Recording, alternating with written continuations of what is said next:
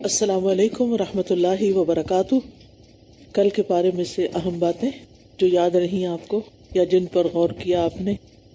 اہل القرآن وہ لوگ ہوتے ہیں جو اس کتاب پر اور اس کے احکامات پر عمل کرتے ہیں۔ گڈ۔ گناہوں سے بچنے والا سب سے زیادہ عبادت گزار ہے۔ اوکے، یعنی صرف نیکیاں کرنا ہی عبادت گزاری نہیں جب تک کہ انسان گناہوں سے نہ بچے۔ کیونکہ آپ نے کبھی غور کیا، بعض اوقات آپ آرٹیکل کو لکھ رہے ہوتے ہیں، میرے ساتھ یہ ہو چکا ہے، اور وہ تقریباً مکمل ہونے کے قریب ہوتا ہے کہ ڈیلیٹ کا بٹن اچانک آپ سے دب جاتا ہے۔ پھر کیا ہوتا ہے؟ اور اگر آپ نے سیو بھی نہ کیا ہو، اب تو خیر کافی آپشنز آ گئی ہیں، وہ ساتھ ساتھ سیو بھی ہوتا جاتا ہے، لیکن یہ بہت پہلے کی بات کر رہی ہوں میں، ارلی 90s کی، کہ جب کمپیوٹر میں اتنی آپشنز نہیں ہوتی تھی۔ تو میں نے ایک آرٹیکل لکھا محدثات کے بارے میں کہ وہ خواتین جنہوں نے حدیث کو ترویج دینے کے لیے بہت خدمات انجام دی، اور بہت مجھے ایک اطمینان تھا کہ میں نے کافی ریسرچ کر کے کام کیا ہے، لیکن عین جب وہ ختم ہونے والا تھا تو وہ ڈیلیٹ ہو گیا۔ تو اس سے خیر سیکھا تو میں نے بہت کچھ، زندگی میں انسان اپنی ہر مسٹیک سے سیکھتا ہے۔ ایسے ہی بعض اعمال بڑی محنت سے کیے جاتے ہیں اور انسان کو ان پر بڑا اطمینان ہوتا ہے کہ میں نے کوئی کمال کر دیا، لیکن ساتھ ہی کوئی ایسا گناہ کر دیتا ہے انسان کہ وہ سارے نیک اعمال دھل جاتے ہیں۔ تو اس سے ہمیں ڈرنا چاہیے اور اللہ سبحانہ وتعالیٰ سے دعا بھی کرنی چاہیے کہ اللہ تعالیٰ ہمیں نیکی کی توفیق دے، لیکن برائی سے بچنے کی بھی توفیق عطا فرما۔ ایمان اور عمل مل جائیں تو فرقان ملتی ہے اور اللہ کی پہچان ملتی ہے۔ گڈ۔ ہر انسان کا درجہ آخرت میں اس کے اعمال کی بنا پر ہوگا۔ قرآن کی برکت سے قبر میں روشنی ہوگی انشاءاللہ۔ صلاح اور قرآن مجید کو فرسٹ پرائیورٹی رکھنا چاہیے اور اپنا پرائم ٹائم دینا چاہیے۔ گڈ۔ نحمدہ ونصلی علی رسولہ الکریم، اما بعد فاعوذ باللہ من الشیطان الرجیم، بسم اللہ الرحمن الرحیم، رب اشرح لی صدری ویسر لی امری واحلل عقدۃ من لسانی یفقہوا قولی۔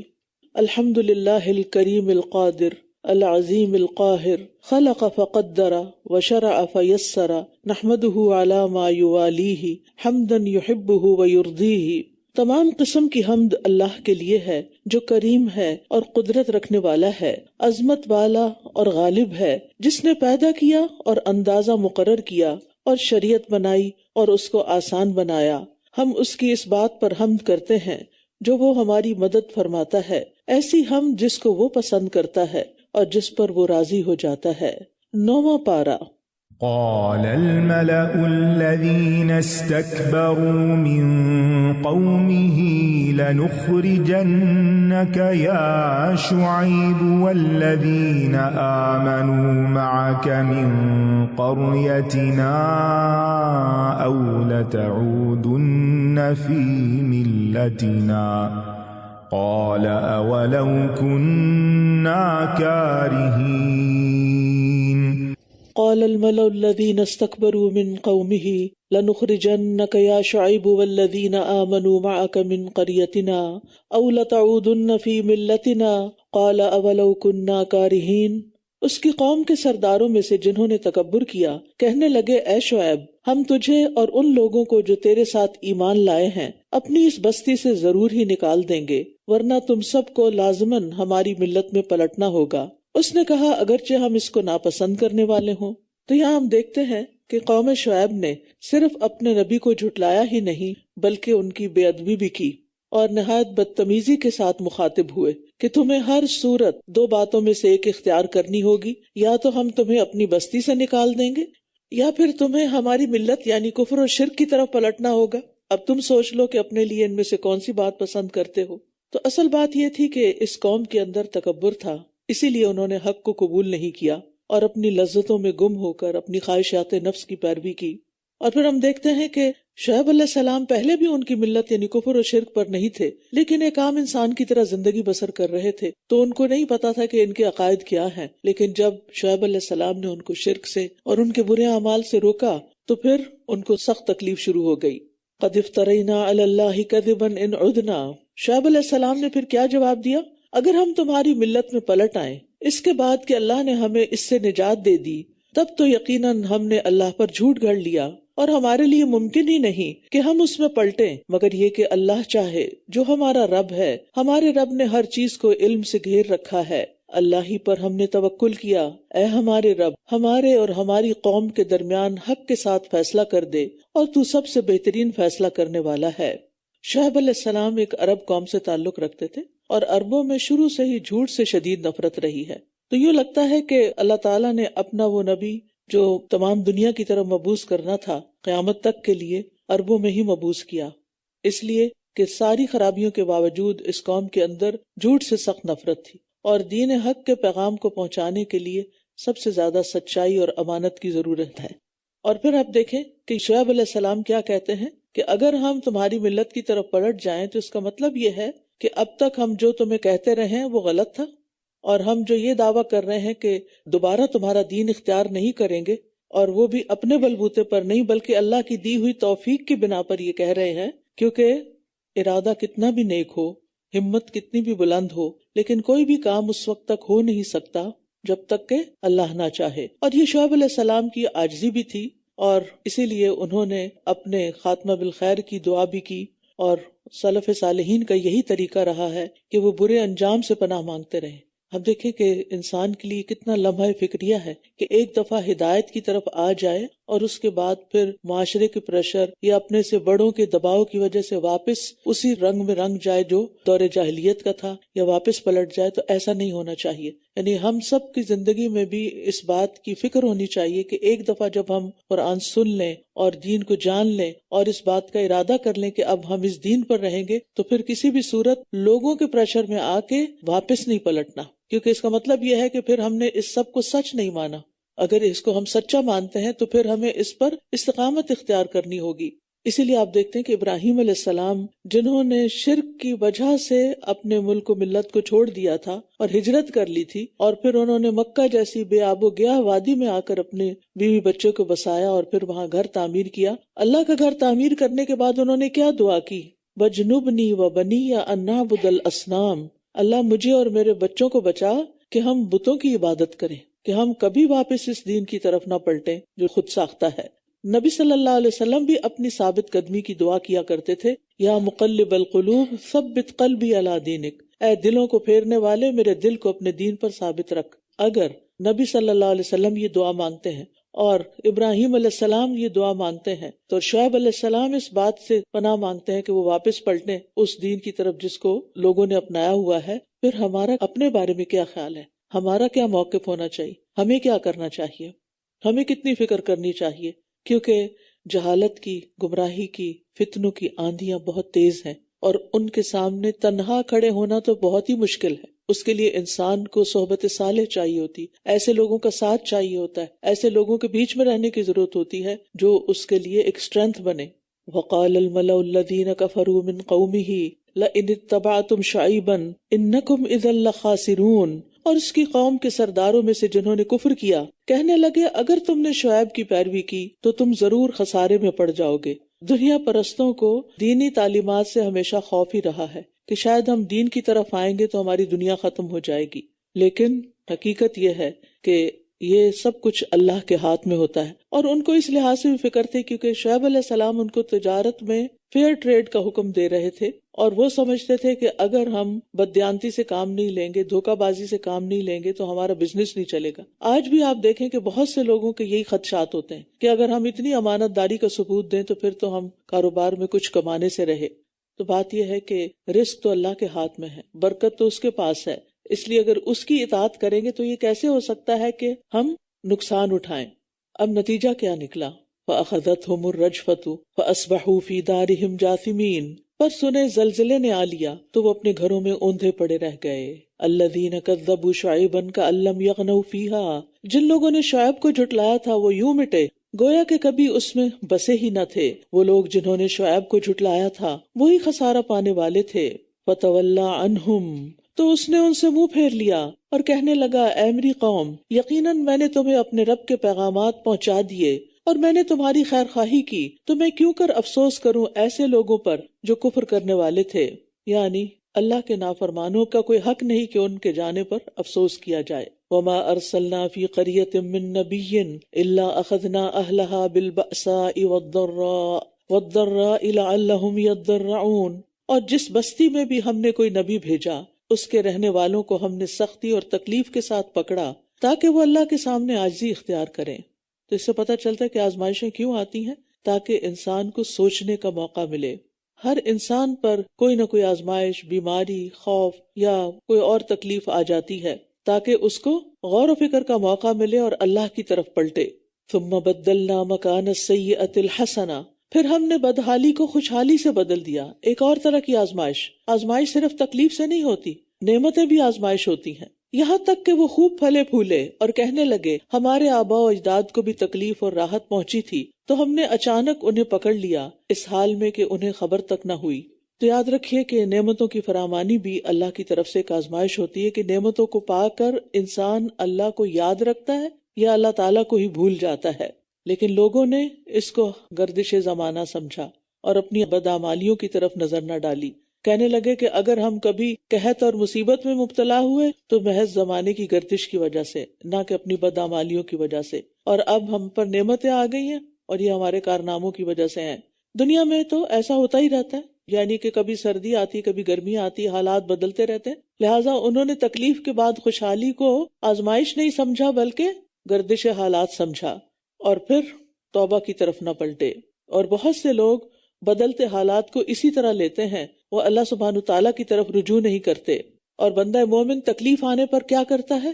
صبر. اور خوشحالی ملنے پر کیا کرتا ہے؟ شکر. یعنی دونوں حالتوں میں وہ اللہ تعالیٰ ہی کی طرف پلٹتا ہے. اور نافرمانیوں کے باوجود اگر نعمتیں مل رہی ہوں تو فکر مند ہو جاتا ہے کہ کہیں یہ میری آزمائش تو نہیں.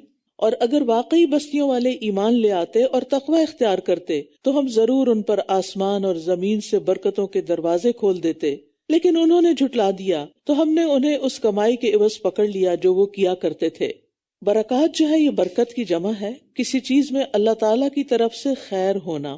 اصل میں برکہ حوض کو کہتے ہیں، پونڈ. جس طرح حوض میں پانی جمع ہوتا ہے اسی طرح کسی چیز میں بہت خیر کا جمع ہو جانا یہ برکت کہلاتا ہے.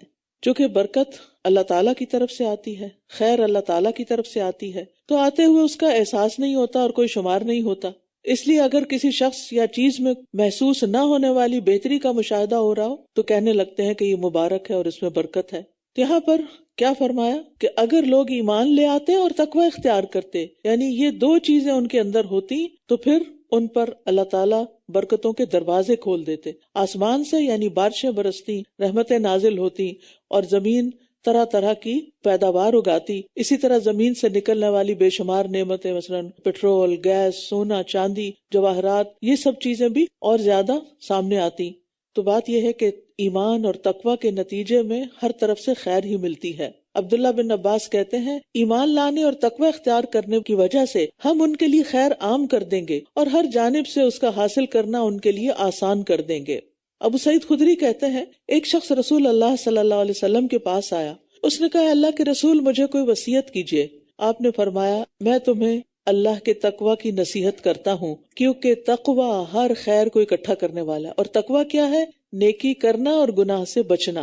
ٹھیک ہے، یہ دو چیزیں ہیں اس میں، نیکی کرنا اور صرف نیکی کرنا تقوی نہیں، گناہ سے بچنا بھی لازم ہے. اور اس کے برعکس نافرمانیاں برکت کو مٹا دیتی ہیں. نافرمانیوں کی سزاؤں میں سے ہے کہ اس کی وجہ سے عمر کی برکت، رزق کی برکت، علم کی برکت، عمل کی برکت، اطاعت کی برکت مٹ جاتی ہے اور مجموعی طور پر یہ دین اور دنیا آخرت اس کی برکتوں کو ختم کر دیتی ہیں. زمین پر بھی یعنی دنیا میں بھی انسان کی زندگی بے برکت ہو جاتی ہے اور آخرت بھی برباد ہونے لگتی ہے. پھر فرمایا افامن اہل القری ان یاتیہم باسنا بیاتا وہم نائمون، کیا پھر بستیوں کے رہنے والے اس سے بے خوف ہو گئے ہیں کہ راتوں رات ان پر ہمارا عذاب آ جائے اس حال میں کہ وہ سو رہے ہوں؟ کیا بھلا بستیوں کے رہنے والے اس سے بے خوف ہو گئے کہ ہمارا عذاب ان پر چاشت کے وقت آ جائے اس حال میں کہ وہ کھیل رہے ہوں؟ تو اس سے پتہ چلتا ہے کہ ایمان کی دولت کے چھن جانے سے ہر وقت ڈرتے رہنا چاہیے کہ کہیں ایسا نہ ہو کہ کوئی ایسی نافرمانی کر رہے ہوں کہ جس کی وجہ سے ایمان ہی چلا جائے یا پھر زندگی کی برکت ہی چلی جائے. کیا پھر وہ اللہ کی تدبیر سے بے خوف ہو گئے ہیں؟ حالانکہ اللہ کی تدبیر سے وہی لوگ بے خوف ہوتے ہیں جو خسارہ پانے والے ہیں. اللہ کی تدبیر سے بے خوف ہونے کا مطلب یہ ہے کہ بندہ گناہ پہ قائم ہو اور اس کے ساتھ وہ سمجھے کہ اللہ تعالیٰ بڑا غفور الرحیم ہے، معاف کر دے گا.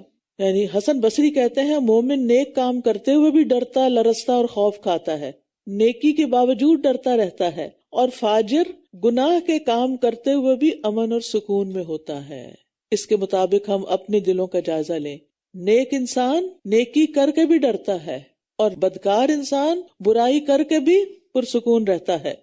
بخاری کی روایت ہے، رسول اللہ صلی اللہ علیہ وسلم نے فرمایا، بے شک مومن اپنے گناہوں کو ایسے دیکھتا ہے جیسے وہ کسی پہاڑ کے نیچے بیٹھا ہوا ہو۔ اتنا بوجھ اس کو محسوس ہوتا ہے گناہ کرنے کا، اور اسے یہ خطرہ ہو کہ یہ پہاڑ اس کے اوپر نہ گر جائے، کسی وقت اس گناہ کی وجہ سے کوئی مصیبت نہ آ جائے۔ جبکہ فاسق شخص، نافرمان شخص اپنے گناہوں کو اس طرح دیکھتا ہے جیسے کوئی مکھی اس کی ناک پر بیٹھی اور اس نے ہاتھ کے اشارے سے اسے اڑا دیا، اس کو پرواہ نہیں ہوتی کہ اس نے کوئی غلط کام کیا۔ اولم یہد للذین یرثون الارض من بعد اہلہا، کیا وہ لوگ جو زمین کے رہنے والوں کے بعد اس کے وارث بنتے ہیں اس بات سے سبق نہیں لیتے کہ اگر ہم چاہیں تو ان کے گناہوں کی وجہ سے انہیں پکڑ لیں اور ان کے دلوں پر مہر لگا دیں تو وہ کچھ بھی سن نہ پائیں گے۔ یعنی گناہ غور و فکر میں رکاوٹ بن جاتے ہیں، گناہ عقل کو نقصان دیتے ہیں اور دل کی طاقت بھی کمزور کر دیتے ہیں۔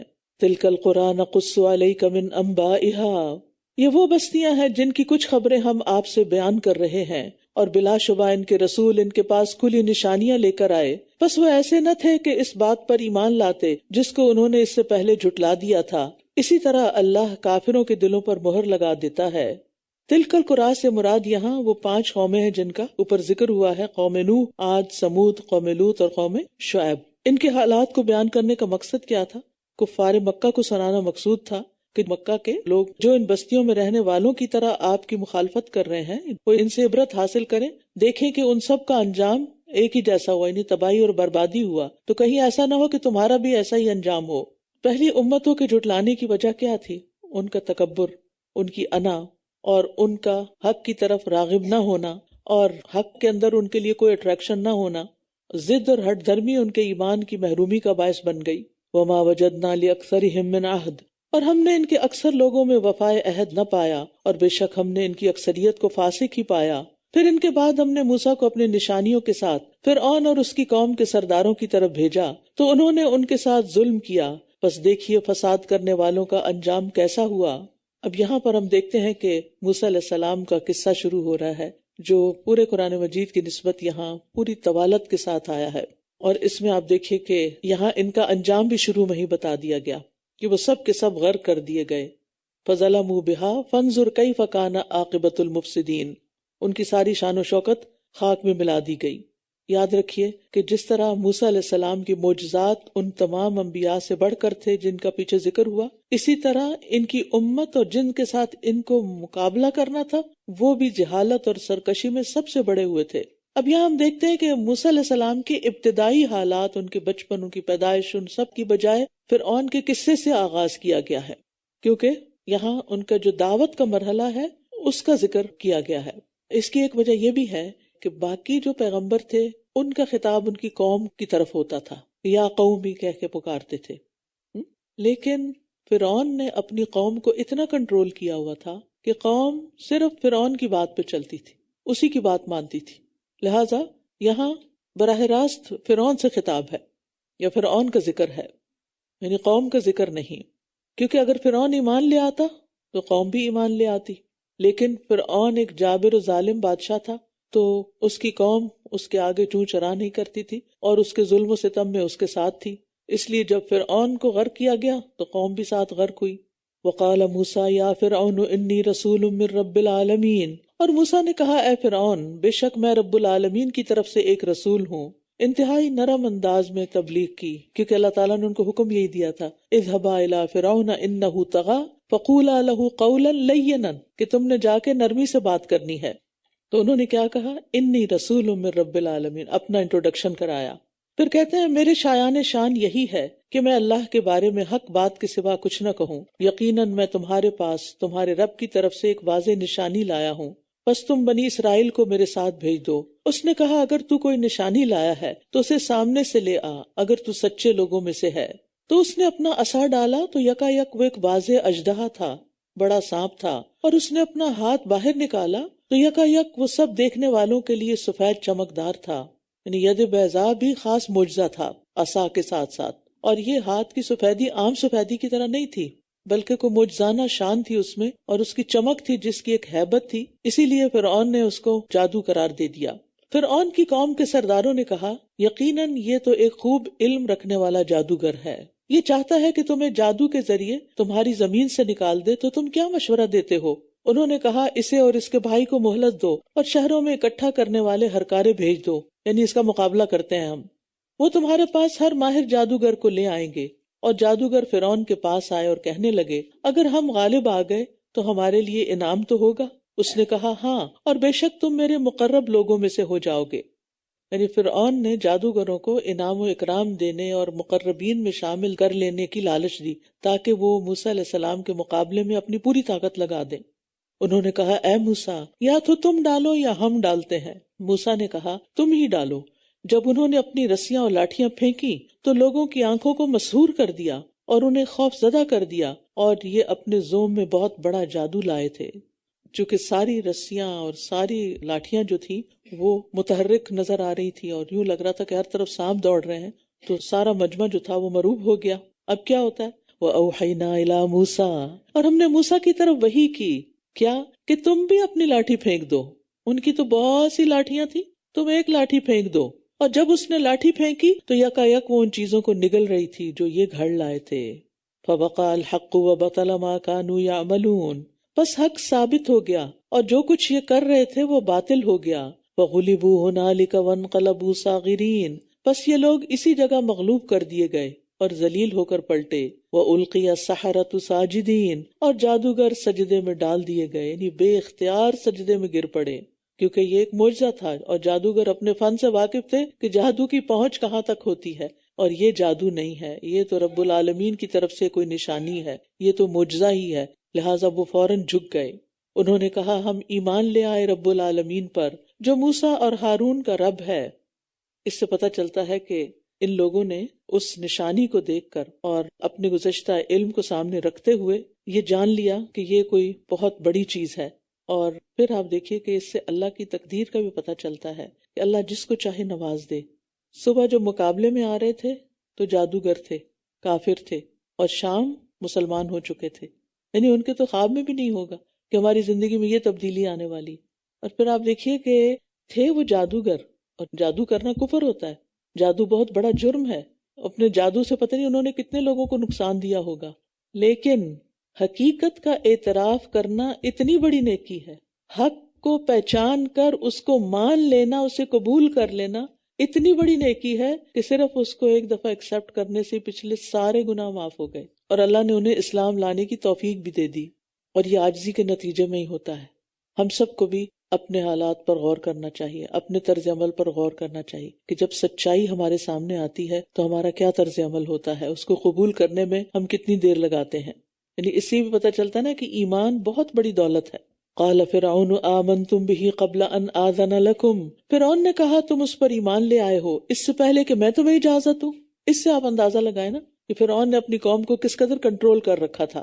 بے شک یہ تو ایک چال ہے جو تم نے اس شہر میں چلی تاکہ تم اس کے رہنے والوں کو یہاں سے نکال دو، سو ان قریب تم جان لو گے، میں ضرور تمہارے ہاتھ اور پاؤں کو مخالف سمت سے کاٹ ڈالوں گا، پھر تم سب کو اکٹھے سولی پہ چڑھا دوں گا۔ بہت بڑی دھمکی دی۔ اور ہوتا یہی ہے کہ ہر متکبر اور سرکش جب ہار جائے، اس کو کوئی ہزیمت اٹھانی پڑے تو پھر وہ دھمکیوں پہ تل جاتا ہے، کیونکہ اب اس کے پاس اور تو کوئی چیز ہے نہیں، کوئی دلیل تو اس کے پاس ہے نہیں۔ عموماً تاریخ میں ایسا ہی ہوتا رہا ہے کہ سرکش حکمران جب دلیل کے میدان میں ہارتے ہیں تو اپنے مخالف کو کبھی جیل، کبھی پھانسی اور کبھی قتل کی دھمکی دیتے ہیں، اور کبھی یہ سب کچھ کر بھی ڈالتے ہیں۔ قالوا انا الی ربنا منقلبون، انہوں نے کہا یقیناً ہم اپنے رب ہی کی طرف پلٹنے والے ہیں، یعنی مرنا تو ہے ہی ایک دن، آج نہیں تو کل، جانا تو اسی کے پاس واپس ہے، اس لیے کیا فرق پڑتا ہے اگر تم ہمیں مار ڈالو تو۔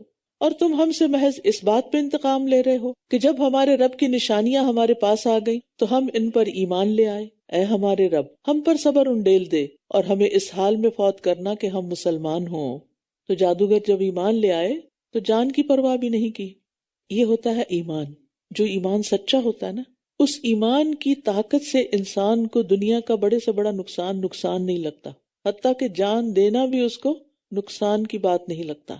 لیکن اس کے ساتھ ساتھ آپ دیکھیں کہ صبر مانگ رہے ہیں، ربنا افرغ علینا صبرا وتوفنا مسلمین، کیونکہ امتحان بہت بڑا تھا، جان جانے کا خطرہ تھا، لہٰذا ان کو صبر کی ضرورت تھی، تو اس وقت انہوں نے وہ چیز مانگی جس کی انہیں ضرورت تھی۔ اس سے یہ پتہ چلتا ہے کہ جب انسان کی آزمائش بڑی ہو جائے تو اس کو صبر مانگنا چاہیے، تاکہ انسان نیکی اور خیر کے راستے پر استقامت اختیار کرے۔ اور ویسے بھی صبر جو ہے وہ بہترین نعمت ہے، جس کی وجہ سے انسان کے دل کو ایک اطمینان نصیب ہوتا ہے، بے یقینی کی کیفیت دور ہو جاتی ہے، اور یہ سب سے بڑی نعمت ہے جو انسان کو ایسے موقع پر ملتی ہے۔ وقال الملأ من قوم فرعون اتذر موسى وقومه ليفسدوا في الارض، اور فرعون کی قوم کے سرداروں نے کہا، کیا تم موسیٰ اور اس کی قوم کو یوں ہی چھوڑ دو گے کہ وہ زمین میں فساد پھیلاتے رہیں اور تمہیں اور تمہارے معبودوں کو چھوڑ دیں؟ تو اس سے کیا پتہ چلتا ہے کہ فرعون کے بھی کچھ معبود تھے، اگرچہ اپنے آپ کو سب سے بڑا الہ کہتا تھا لیکن خود بھی پرستش کرتا تھا۔ اس نے کہا، ہم ان کے بیٹوں کو قتل کر ڈالیں گے اور ہم ان کی عورتوں کو زندہ چھوڑ دیں گے، اور یقیناً ہم ان پر پوری طرح غالب ہیں۔ اگرچہ موسیٰ علیہ السلام پر ایمان لانے والے چند نوجوان ہی تھے، لیکن فرعون کے جو درباری تھے اور اس کے جو اہلکار تھے، انہوں نے اس کو ایک اور بات سجھائی کہ تم نے اگر ان کو چھوڑ دیا، ختم نہ کیا، تو یہ تو تمہاری ساری تہذیب کو ختم کر دیں گے۔ یعنی ایک طرح سے فرعون کو اور بھڑکایا کہ یہ تو تمہاری ساری رعیت کو دین کی دعوت دیں گے اور انہیں تم سے پلٹا لیں گے اور تم سے اور تمہارے الہوں سے ہی پھیر دیں گے۔ اور ایک اور جگہ پر آتا ہے وَيَذْهَبَا بِطَرِيقَتِكُمُ الْمُثْلَىٰ، یہ تمہارے مثالی طریقہ زندگی کو، آئیڈیل لائف سٹائل کو ختم کر دیں گے۔ قَالَ مُوسَىٰ لِقَوْمِهِ اسْتَعِينُوا بِاللَّهِ وَاصْبِرُوا، موسیٰ نے اپنی قوم سے کہا، اللہ سے مدد مانگو اور صبر کرو، بے شک زمین اللہ کی ہے، وہ اپنے بندوں میں سے جسے چاہتا ہے اس کا وارث بنا دیتا ہے، اچھا انجام متقی لوگوں کے لیے ہی ہے۔ فرعون کی دھمکیوں پر موسیٰ علیہ السلام نے اپنی قوم کو تسلی دی اور اللہ سے مدد مانگنے کا حکم دیا۔ کیوں؟ اس لیے کہ ایسے حالات میں یہی دو چیزیں کام آتی ہیں، صبر اور صلاۃ۔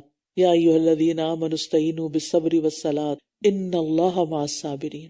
انسان کو بے صبری سے کچھ نہیں ملتا، بے چینی، بے قراری اور اضطراب سے کچھ نہیں ملتا، ہاں صبر سے اللہ کی معیت ملتی ہے، اللہ کا ساتھ ملتا ہے۔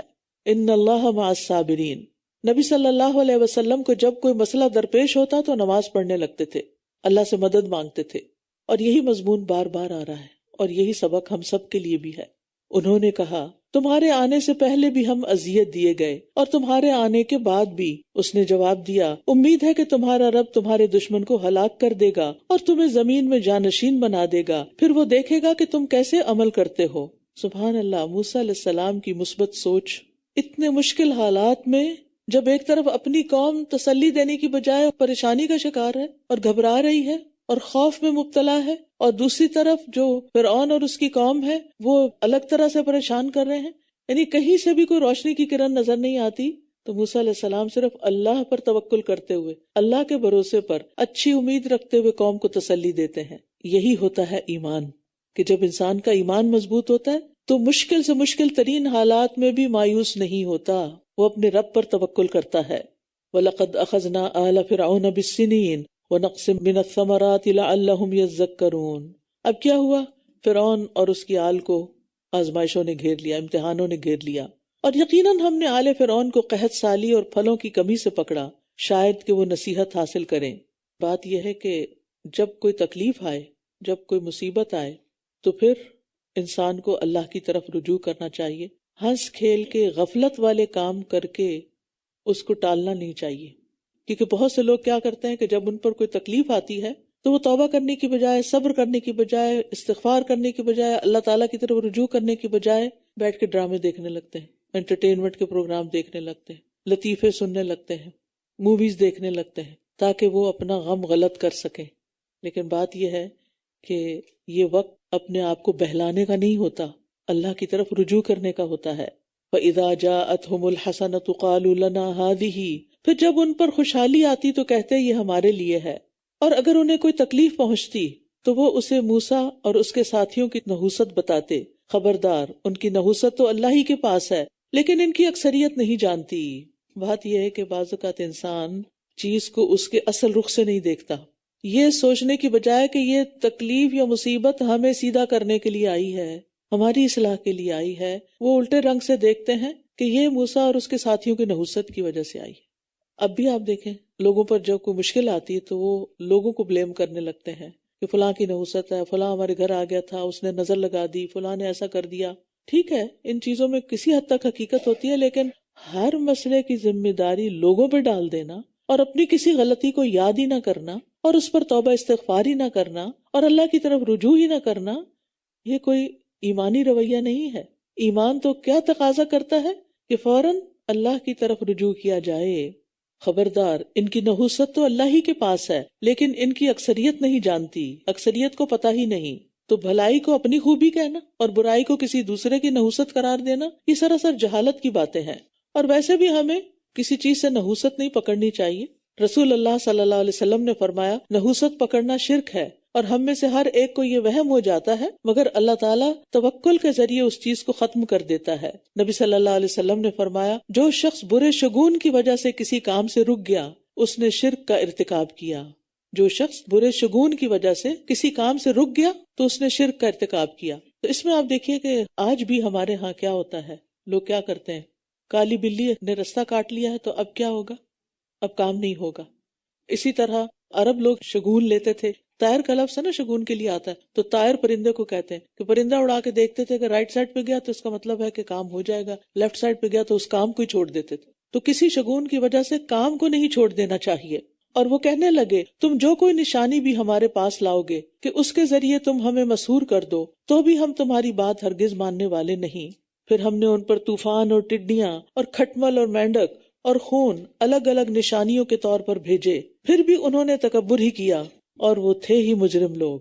یعنی طوفان آئے، بارشیں آئیں تو موسیٰ کے پاس آگے دعا کرو کہ یہ ٹل جائیں اور یہ بند ہو جائیں تو ہم پھر ایمان لے آئیں گے. موسیٰ علیہ السلام دعا کرتے، مسئلہ حل ہو جاتا. کچھ عرصے کے بعد دوبارہ وہی کرتے.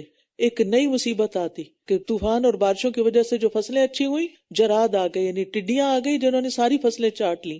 اور پھر اس کے بعد انہوں نے جو کچھ تھوڑا بہت بچا کے رکھا اس کے اندر کھٹمل پڑ گئے. اور پھر جب کچھ نہ کچھ ان کو خوراک ملی تو پھر ہر جگہ پر مینڈک پھیل گئے، حتیٰ کہ منہ تک میں چلے جاتے تھے، یعنی اتنے چھوٹے چھوٹے مینڈک.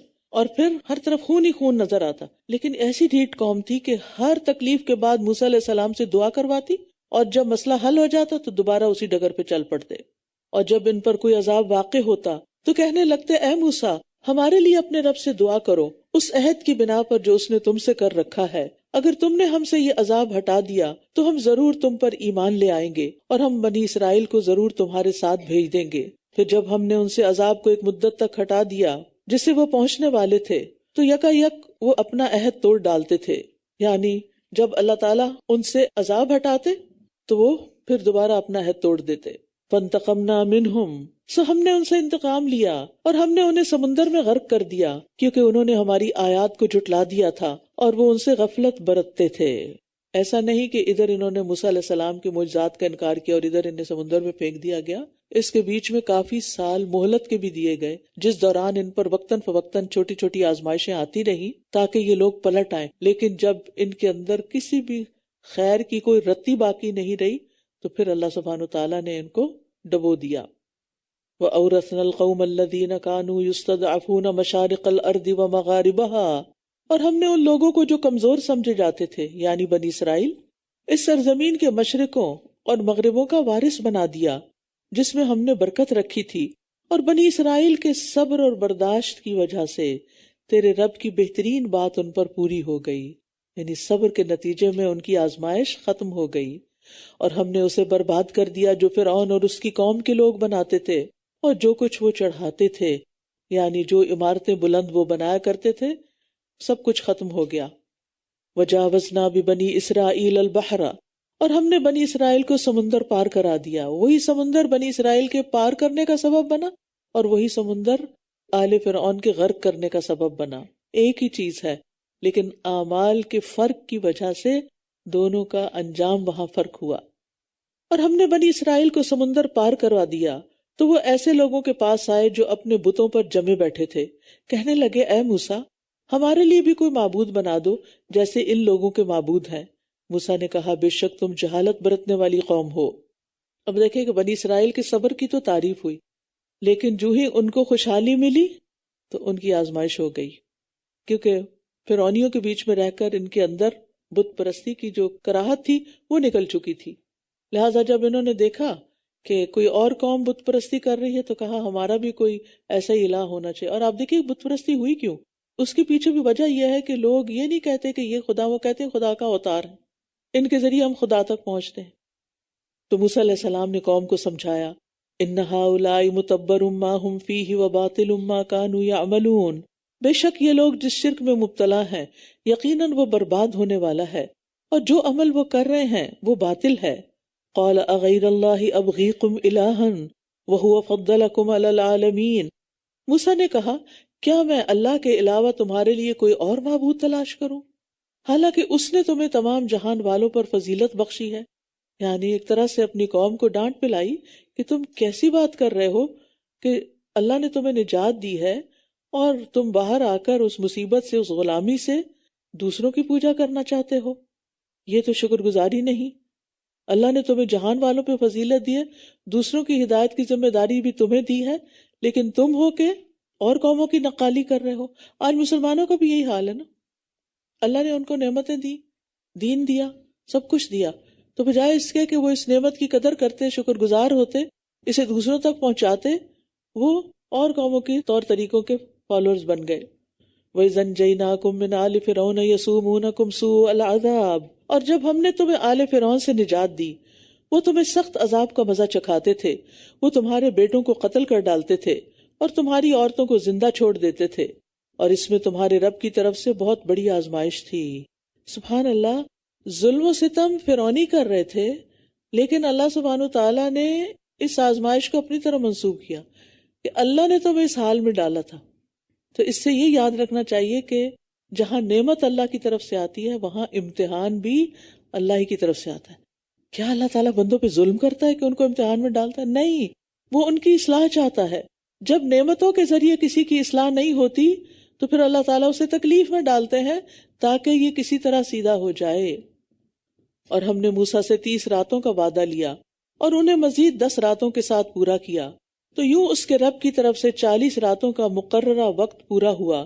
اور موسیٰ نے اپنے بھائی ہارون سے کہا، میری قوم میں میری جانشینی کرنا اور اصلاح کرنا اور فساد کرنے والوں کے راستے کی پیروی نہ کرنا. فرعون سے نجات پانے کے بعد جب بنی اسرائیل صحرائے سینا میں پہنچے تو اللہ تعالیٰ نے موسیٰ علیہ السلام کو کوہ طور پر طلب کیا تاکہ انہیں کتاب دی جائے. پہلے 30 دن کی میعاد مقرر کی گئی، پھر اس میں 10 دن کا اضافہ کر دیا گیا تاکہ ان 40 دنوں میں موسیٰ علیہ السلام روزہ رکھیں، دن رات عبادت کریں، غور و فکر کریں، کیونکہ پہاڑ پر اور وہ بھی کوہ طور پر ہر کوئی نہیں جاتا. تو وہ ایک آئسولیشن کی جگہ ہوتی ہے جہاں پر ایک مکمل خاموشی بھی ہوتی ہے اور قدرت کے نظارے اوپر کے بھی اور نیچے کے بھی خوب نظر آتے ہیں. تو انسان وہاں جا کر اللہ کے زیادہ قریب ہوتا ہے. اور ویسے بھی آپ دیکھیے کہ انسان کو اگر زندگی میں کوئی کام کرنا ہو، بڑا کام کرنا ہو، لوگوں کی اصلاح کا کام کرنا ہو، تعلیم کا کام کرنا ہو، تو اس کے لیے ضروری ہے کہ پہلے وہ اپنے آپ پہ کام کرے. وہ اپنے آپ پہ کام کرے، اپنے آپ کو اس قابل بنائے، اپنے اندر اسٹرینتھ پیدا کرے، غور و فکر کرے، علم حاصل کرے، اور اس کے ساتھ ساتھ عبادت پر بھی توجہ دے. یہاں کوئی کھانے نہیں پکتے تھے کوہ طور پر جو موسیٰ علیہ السلام کھاتے تھے، وہ روزہ رکھ رہے تھے. اور ہم میں سے ہر کوئی آج کل کس فکر کا شکار ہے؟ کیا کھا کے روزہ رکھنا ہے اور کیا کھا کے افطار کرنا ہے. ہمارا تو مجاہدہ یہ ہے، ہمارا تو غور و فکر یہ ہے. تو پھر جیسا غور و فکر ہوگا ویسے ہی کام بھی ہوں گے، انہی چیزوں کی طرف ساری توجہ ہوگی. اور یہ بھی کہ 30 راتوں کی خلوت ایک برداشت پیدا کرتی ہے، عبادت ایک قوت پیدا کرتی، مناجات اللہ سے تعلق پیدا کرتی. تو پھر اللہ تعالیٰ نے 10 اور بڑھا دیے. اور یہ بھی کہا جاتا ہے کہ اگر کوئی عادت انسان اپنی بدلنا چاہے تو 40 ڈیز کے لیے، یعنی 30 to 40 ڈیز اس چیز پر مستقل طور پر عمل کرے. اسی لیے 30 روزے ہیں ہمارے لیے، اور 6 شوال کے بھی ہیں. اور اگر آپ چاہیں تو ان کو ایام 20 کے رکھ کے اور ساتھ ایک آدھ اور رکھ کے 40 پورے کر سکتے ہیں. تو اتنے دن کے لیے اللہ کی عبادت مستقل طور پر کرنا، مستقل ریاضت کرنا، یہ انسان کے اندر واقعی تبدیلی لاتا ہے. لہٰذا رمضان کیا ہے؟ منتھ آف چینج، تبدیلی کا موسم ہے، بدلنے کا موسم ہے، اپنی عادتیں بدلنے کا، اپنے خیالات بدلنے کا، اپنے کاموں اپنی روٹین کو بدلنے کا، دنیا اورینٹڈ ہونے کی بجائے آخرت اورینٹڈ ہونے کا۔ اور جب موسیٰ ہمارے مقرر وقت پر آ گیا اور اس کے رب نے اس سے کلام کیا تو اس نے عرض کیا، اے میرے رب مجھے دکھا تاکہ میں تجھے دیکھ سکوں۔ فرمایا، تم مجھے ہرگز نہ دیکھ سکو گے، لیکن تم پہاڑ کی طرف دیکھو، پھر اگر وہ اپنی جگہ پر قائم رہا تو تم مجھے دیکھ لو گے۔ پھر جب اس کے رب نے پہاڑ پر تجلی فرمائی تو اسے ریزہ ریزہ کر دیا اور موسیٰ بے ہوش ہو کر گر پڑا۔ پھر جب اسے ہوش آیا تو عرض کی، پاک ہے تو، میں تیرے حضور توبہ کرتا ہوں اور میں ایمان لانے والوں میں سب سے پہلا ہوں۔ کہتے ہیں کہ چنگلیا کے ایک کنارے کے برابر، جیسے ناخن جتنا بڑا ہوا ہوتا ہے نا، بس اتنی سی تجلی ہوئی تھی اور پہاڑ دھنس گیا، موسیٰ علیہ السلام بے ہوش ہو گئے۔ تو بات یہ کہ دنیا میں کوئی بھی انسان اللہ تعالیٰ کو دیکھ نہیں سکتا، اس میں اتنی برداشت ہی نہیں۔ قیامت کے دن اور آخرت میں انسان کو ایک اور طرح کی قوت دی جائے گی جس کے بعد وہ اس قابل ہو سکے گا۔ فرمایا، اے موسیٰ، بے شک میں نے تمہیں اپنے پیغامات اور اپنے کلام کے ساتھ لوگوں پر چن لیا ہے، تو جو کچھ میں نے تمہیں دیا ہے وہ لے لو اور شکر کرنے والوں میں سے ہو جاؤ۔ بات یہ ہے کہ اللہ تعالیٰ نے انہیں اپنے دیدار سے منع کیا، حالانکہ وہ بہت شوق رکھتے تھے۔ تو جب انہوں نے اللہ کی بات مان لی کہ ایسا نہیں ہو سکتا تو وہ راضی ہو گئے اللہ کے فیصلے پر، تو اللہ تعالیٰ نے انہیں اور بہت بڑی بھلائی عطا فرما دی۔ بعض اوقات ہم کسی چیز پہ سٹک ہو جاتے ہیں کہ ہمیں یہی ملنی چاہیے، اور اگر یہ نہ ملی تو ہماری ناکامی ہے، لیکن اللہ تعالیٰ کو زیادہ پتا ہوتا ہے کہ ہماری کامیابی کس راستے سے ہے، اس راستے سے جو ہم سوچتے ہیں کہ یہ ہماری کامیابی کا راستہ ہے، یا اس راستے سے جو اللہ نے ہمارے لیے پلان کیا ہوتا ہے۔ اللہ کی اطاعت کرنا، اللہ کی رضا پہ راضی ہو جانا، یہ ذریعہ بنتا ہے نیکیوں کے پا لینے کا، نیکیوں کے مواقع حاصل کر لینے کا۔ اس لیے کبھی بھی اگر کوئی دعا قبول نہیں ہوتی تو مایوس نہ ہو، کبھی بھی اگر آپ کی مرضی کے مطابق کوئی کام نہیں ہوتا، آپ کی مرضی کے مطابق حالات نہیں بدلتے تو مایوس نہ ہو، پریشان نہ ہو، کیونکہ جو اللہ کا فیصلہ ہے وہی ہمارے حق میں زیادہ بہتر ہے، اسی میں خیر ہے۔ آپ سوچئے کہ جس کو بھی محبت ہوتی ہے اللہ سے، وہ اللہ تعالیٰ کو دیکھنے کی کتنی خواہش رکھتا ہے۔ چلیے اگر آپ کے دل میں وہ ابھی تک نہیں پیدا ہوئی تو کسی انسان کے اوپر قیاس کر کے دیکھ لیجئے کہ جس انسان سے ہمیں محبت ہوتی ہے اس کو دیکھنے کا کتنا شوق ہوتا ہے، اور کیا دل چاہتا ہے کہ بار بار اس کو دیکھیں۔ ماؤں کو اپنے بچوں سے محبت ہوتی ہے تو ہر تھوڑی دیر کے بعد اسے اٹھائیں گی، پیار کریں گی، اس سے بات کریں گی۔ ان کی تڑپ ہوتی ہے کہ دیکھتے رہیں اپنے بچوں کو۔ اگر دور چلے جائیں تو اب تو خیر ویڈیو کال سے تسلی ہو جاتی ہے، لیکن یہ ایک فطری سی خواہش ہوتی ہے۔ کسی بھی چیز جس سے آپ محبت کرتے ہیں اس کو آپ دیکھ کے خوش ہوتے ہیں۔ تو موسیٰ علیہ السلام تو اللہ تعالیٰ سے محبت کرتے تھے، ان کی محبت کا ہماری محبت سے کیا مقابلہ۔ ہم تو سوچتے بھی نہیں، اور سچی مجھے نہیں بتائیے، نہ میں پوچھنا چاہتی ہوں، نہ آپ کے راز کھولنا چاہتی ہوں، سچی اپنے دل سے پوچھئے کہ میرے دل میں اللہ کو دیکھنے کی کتنی تڑپ ہے۔ دن میں کتنی دفعہ خیال آتا ہے کب دیکھوں گی اپنے رب کو، آتا ہے کب دیکھوں گی اپنے رب کو۔ ہمیں تو دنیا کی چیزیں دیکھنے کا ہی خیال نہیں پیچھا چھوڑتا، کب دیکھوں گی اس کو، کب دیکھوں گی اس کو، کب دیکھوں گی یہ چیز، کب دیکھوں گی وہ چیز۔ اللہ کو کب دیکھوں گی، اور اللہ کو دیکھنا کیسے ہوگا، اور وہ کیا نعمت ہوگی۔ کبھی نا اپنے آپ میں ڈوب کے، اپنے تصور میں ڈوب کے، اپنے آپ سے بات کر کے وہاں تک اپنے آپ کو لے جایا کریں، ساری ڈسٹریکشن چھوڑ کے، تنہائی میں بیٹھ کے، خاموشی کے ساتھ۔ اصل میں ہمیں تنہائی پسند نہیں نا، ہم اتنے سوشل ہیں کہ اگر انسان نہ ملے تو ہم سوشل میڈیا پہ بیٹھ جاتے ہیں، ڈھیروں انسان ہمیں مل جاتے ہیں، جانے انجانے جس کو چاہیں میسج کر دیں، جس سے چاہیں باتیں شروع کر دیں، فضول لغویات ادھر ادھر اپنے آپ کو ضائع کرتے رہتے ہیں۔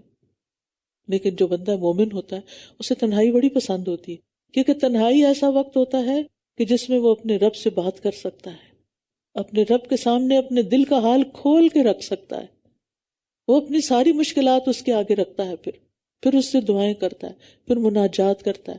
مناجات کا مطلب آتا ہے سرگوشیاں کس سے کی جاتی؟ جس پر آپ کو یقین ہوتا ہے، اعتماد ہوتا ہے، جو آپ کے قریب ترین ہوتا ہے، جو آپ کا محبوب ہوتا ہے۔ آپ اس سے وہ چیزیں شیئر کرتے ہیں جو کسی اور سے نہیں کرتے اور کرنا چاہتے ہیں۔ آپ کی زندگی کے جو بھی اہم واقعات ہوتے ہیں آپ اس کو بتانا چاہتے ہیں. تو بندہ مومن اپنے رب سے مناجات کرتا ہے، چپ کے دعا کرتا ہے. زکریا علیہ السلام نے کیسے دعا کی تھی؟ اذ نادى ربه نداء خفیا، خفی چھپی ہوئی دعا. بیٹھا ہے انسان بندوں کے بیچ میں اور چپ کے اپنے رب سے باتیں کر رہا ہے دل ہی دل میں. اس سے پتہ چلتا ہے کہ آپ کا اپنے رب کے ساتھ کتنا تعلق ہے. ان چیزوں پر غور کیا کریں. تو موسیٰ علیہ السلام اللہ تعالیٰ کی بات مان گئے تو اللہ تعالیٰ نے انہیں اور زیادہ بھلائی عطا فرما دی، اور ہم نے اس کے لیے تختیوں پر ہر چیز کے بارے میں نصیحت اور ہر چیز کی تفصیل لکھ دی. زبردست علم مل گیا ان کو. بس اسے مضبوطی سے پکڑ لو اور اپنی قوم کو حکم دو کہ وہ اس کے بہترین حصے کو پکڑے رکھیں. ان قریب میں تمہیں نافرمان لوگوں کے گھر دکھاؤں گا. تو اللہ سبحانہ وتعالیٰ کے تو سارے یہ احکامات بہترین سے بہترین ہیں، لہٰذا جو کچھ بھی اللہ نے اتارا ہے وہ سبھی اچھا ہے. لیکن یہاں پر کیا کہا گیا کہ تم اس کے بہترین حصے پر عمل کرو، بہترین حصے کو پکڑے رکھو. یعنی انسان کی سچویشن اور حالات کے مطابق جو چیز اس کو ضرورت ہو اس کو لے لینا ہی اس کے لیے بہترین ہوتا ہے. مثلاً آپ کے گھر میں دوا رکھی ہوئی، پین کلر رکھا ہوا ہے، آپ کو اللہ کے فضل سے کبھی ضرورت پیش نہیں آئی، لیکن ایک دن اچانک آپ کے سر میں درد ہو گئی اور آپ نے اٹھ کے وہ دوا کھا لی. اب وہ چیز جو پہلے آپ کے لیے ایک معمولی تھی پھر کیا ہو گئی؟ بہترین ہو گئی. یہ بہت کام کی دوا، ٹھیک ہو گئے نا آپ، یہ بہت کام کی دوا، آپ اس کو سنبھال کے رکھنا ہے. قرآن جب ہم پڑھتے ہیں تو پہلے شروع میں ہمیں ہر چیز سمجھ نہیں آتی، لیکن جب ہم اس کو پڑھتے رہتے ہیں اور حالات ہمارے تبدیل ہوتے رہتے ہیں اور اس کے ساتھ ساتھ ہماری ضرورت بھی بدلتی رہتی ہے، اور جب قرآن پڑھتے ہیں تو وہ جواب ہمیں ملنے لگتے ہیں تو وہ ہمارے لیے کیا ہو جاتے ہیں؟ بہترین ہو جاتے ہیں. ورنہ اللہ کے سارے احکامات بہترین ہیں. فرمایا سأصرف عن آیاتی الذین یتکبرون فی الارض بغیر الحق، میں اپنی نشانیوں سے ان لوگوں کو ضرور پھیر دوں گا جو زمین میں ناحق تکبر کرتے ہیں، اور اگر وہ ہر نشانی دیکھ بھی لیں تو وہ اس پر ایمان نہیں لائیں گے، اور اگر وہ ہدایت کا راستہ دیکھ لیں تو اس راستے کو نہیں اپنائیں گے، اور اگر وہ گمراہی کا راستہ دیکھ لیں تو اسے اختیار کر لیں گے. یہ اس وجہ سے ہے کہ انہوں نے ہماری آیات کو جھٹلایا اور وہ ان سے غافل رہے. متکبر شخص کبھی علم نہیں سیکھ سکتا. والذین کذبوا بآیاتنا، اور جن لوگوں نے ہماری آیات کو اور آخرت کی ملاقات کو جھٹلایا ان کے سب اعمال ضائع ہو گئے. ایک آیت کو بھی جھٹلانا اعمال کو ضائع کرنے کا باعث بن جاتا ہے. انہیں اسی کا بدلہ دیا جائے گا جو کچھ وہ کیا کرتے تھے. اور موسیٰ کی قوم نے اس کے بعد اپنے زیورات سے ایک مجسم بچڑا بنا دیا جس کی گائے کی سی آواز تھی. کیا انہوں نے یہ نہ دیکھا کہ وہ نہ تو ان سے کلام کرتا تھا اور نہ ہی کسی راستے کی طرف ان کی رہنمائی کرتا تھا؟ پھر بھی انہوں نے اسے معبود بنا لیا اور وہ ظلم کر رہے تھے. بچڑے کی شکل میں معبود بنانے والا کون تھا؟ سامری. لیکن بچڑے کی نسبت پوری قوم کی طرف کیوں کی گئی؟ کیونکہ سامری کو انہوں نے سپورٹ کیا تھا، اپنے زیورات دیے تھے، لہذا کام تو ایک نے کیا لیکن ان کی ساری مالی مدد کی وجہ سے وہ سب اس گناہ میں شریک ہو گئے. تو یاد رکھیے اگر آپ کسی نیکی کے پروجیکٹ میں حصہ ڈالتے ہیں تو اس نیکی کے کام میں آپ کا پورا حصہ ہو جاتا ہے، اور اگر کسی غلط کام میں آپ حصہ ڈالتے ہیں تو اس غلط کام کا بھی پورا حصہ آپ کو ملے گا. اور جب وہ نادم ہوئے اور انہوں نے دیکھ لیا کہ وہ بھٹک گئے ہیں، کہنے لگے اگر ہمارے رب نے ہم پر رحم نہ کیا اور ہماری بخشش نہ فرمائی تو ہم ضرور ہی خسارہ پانے والوں میں سے ہو جائیں گے. لئن لم یرحمنا ربنا ویغفر لنا لنکونن من الخاسرین. اب یہاں پر آپ دیکھیے کہ ان کو ندامت ہوئی، اور ندامت توبہ ہوتی ہے. اللہ تعالیٰ جب کسی بندے سے خیر کا ارادہ کرتا ہے تو گناہ کے بعد اسے توبہ کی توفیق بھی دے دیتا ہے. وَلَمَّا رَجَعَ مُوسَىٰ إِلَىٰ قَوْمِهِ غَضْبَانَ أَسِفًا، اور جب موسیٰ اپنی قوم کے پاس بہت غصے میں افسوس کرتے ہوئے واپس آیا تو اس نے کہا میرے جانے کے بعد تم نے میری کتنی بری جانشینی کی، کیا تم نے اپنے رب کے حکم سے ہی جلد بازی کی؟ اور اس نے تورات کی تختیاں ایک طرف ڈال دی اور اپنے بھائی کا سر پکڑ کر اپنی طرف کھینچنے لگا. ہارون نے کہا اے میری ماں کے بیٹے، ان لوگوں نے مجھے کمزور سمجھا اور قریب تھا کہ یہ مجھے قتل ہی کر دیتے، بس تو دشمنوں کو مجھ پر ہنسنے کا موقع نہ دے اور مجھے ظالم لوگوں میں شامل نہ کر. قال رب اغفر لی ولی اخی وادخلنا فی رحمتک وانت ارحم الراحمین. موسیٰ نے کہا اے میرے رب مجھے اور میرے بھائی کو بخش دے اور ہمیں اپنی رحمت میں داخل کر لے، اور تو سب رحم کرنے والوں سے زیادہ رحم فرمانے والا ہے۔ سبحان اللہ۔ اوپر کی آیت سے کیا پتہ چلتا ہے؟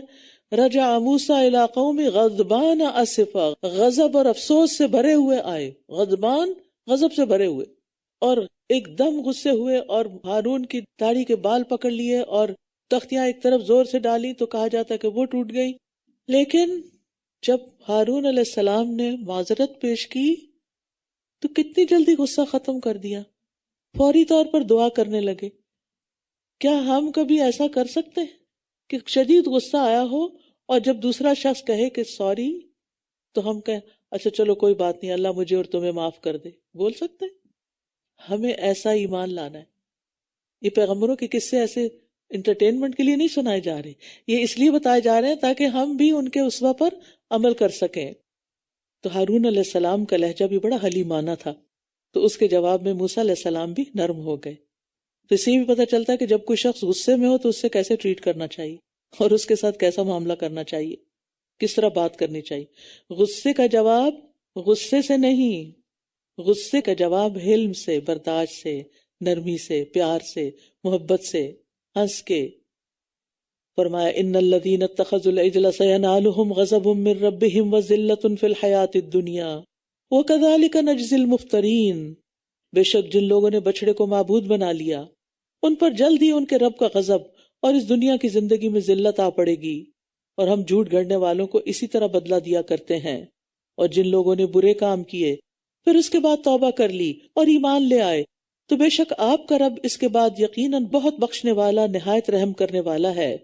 اور جب موسیٰ کا غصہ جاتا رہا تو اس نے تختیاں اٹھا لی، کسی انا کا شکار نہیں ہوئے، اور ان کی تحریر میں ان لوگوں کے لیے ہدایت اور رحمت تھی جو اپنے رب سے ڈرتے ہیں۔ اس سے یہ پتہ چلتا ہے کہ ایسا نہیں کہ وہ تختیاں دو ٹکڑے ہو گئی یا ٹکڑے ٹکڑے ہو گئی، بس کہیں سے چپ ہو گئی ہوگی، ورنہ تو وہ تعلیم باقی تھی، کیونکہ اس کے اندر تو سب کچھ لکھا ہوا تھا۔ اور نسخہ کا لفظ ہے نا، نسخ سے ہے، نسخ ینسخ، اس کا مطلب ہوتا ہے لکھنا، اور نسخہ اس اصل کو بھی کہتے ہیں جس سے نقل کیا جاتا ہے، اور نقل شدہ کو بھی نسخہ کہتے ہیں، مینوسکرپٹ۔ تو یہاں پر ایک صفت بتائی گئی ہے کہ آسمانی کتابوں سے فائدہ کون اٹھاتے ہیں، کن کے لیے ہے یہ ہدایت؟ للذین ہم لربہم یرہبون، یہ ہدایت ان کو حاصل ہوتی ہے جو صرف اپنے رب سے ڈرتے ہیں۔ جو رب سے ڈرتا ہے اس کو ہدایت مل جاتی ہے۔ اور یہ بھی یاد رکھیے دنیا اور آخرت کی ہر بھلائی کی بنیاد اللہ کا خوف ہے، کیونکہ اللہ کے خوف کی وجہ سے ہی موسیٰ علیہ السلام میں یہ قوت تھی کہ ان کا غصہ فوراً ٹھنڈا ہو گیا۔ غصے کے اعتبار سے لوگ مختلف قسموں کے تھے، کچھ لوگوں کو جلدی غصہ آتا ہے، دیر سے جاتا ہے، کچھ لوگوں کو دیر سے آتا ہے، جلدی جاتا ہے، کچھ لوگوں کو دیر سے آتا ہے، دیر سے جاتا ہے، اور کچھ لوگوں کو جلدی آتا ہے اور جلدی جاتا ہے۔ سب سے اچھا کون ہوا؟ دیر سے آئے اور جلدی چلا جائے۔ اور موسیٰ نے اپنی قوم میں سے 70 آدمی ہمارے مقررہ وقت کے لیے منتخب کر لیے۔ پھر جب زلزلے نے انہیں پکڑ لیا تو موسیٰ نے عرض کیا، اے میرے رب اگر تو چاہتا تو اس سے پہلے ہی ان سب کو اور مجھے بھی ہلاک کر دیتا۔ کیا تو ہمیں اس فعل کی بنا پر ہلاک کر دے گا جو ہم میں سے کچھ نادانوں نے کیا؟ یہ تو تیری ایک آزمائش تھی جس کے ذریعے تو جسے چاہتا ہے گمراہ کر دیتا ہے اور جسے چاہتا ہے ہدایت دے دیتا ہے۔ تو ہی ہمارا دوست ہے، بس ہمیں بخش دے اور ہم پر رحم فرما، اور تو سب سے بہتر بخشش فرمانے والا ہے۔ انت ولینا فاغفر لنا وارحمنا وانت خیر الغافرین۔ یہ 70 لوگوں کو موت کیوں آئی؟ کیونکہ ان پر اللہ کا غضب ہوا۔ یہ موسیٰ علیہ السلام کے ساتھ گئے تھے کوہ طور پر، اور وہاں جا کر انہوں نے مطالبہ شروع کر دیا کہ ہم تو نہیں مانیں گے جب تک ہم اللہ تعالیٰ کو خود سامنے نہ دیکھ لیں۔ تو اس گستاخی پر ان پہ بجلی گری۔ وَاكْتُبْ لَنَا فِي هَذِهِ الدُّنْيَا حَسَنَةً وَفِي الْآخِرَةِ إِنَّا هُدْنَا إِلَيْكَ، اور ہمارے لیے اس دنیا میں بھی بھلائی لکھ دے اور آخرت میں بھی ہم نے تیری طرف رجوع کر لیا۔ فرمایا میں اپنا عذاب جسے چاہتا ہوں پہنچاتا ہوں، اور میری رحمت ہر چیز پر چھائی ہوئی ہے، بس میں اسے ان لوگوں کے لیے لکھ دوں گا جو تقوی اختیار کرتے ہیں۔ تو اللہ کی رحمت کس کے لیے؟ تقوی والوں کے لیے۔ اور کیا کرتے ہیں؟ اور زکوٰۃ ادا کرتے ہیں، اور وہ جو ہماری آیات پر ایمان لاتے ہیں۔ یہاں نماز کا ذکر نہیں، زکوٰۃ کا ذکر ہے، کیونکہ بہت سے لوگ نماز پھر بھی پڑھ لیتے ہیں اور زکوٰۃ نہیں دیتے۔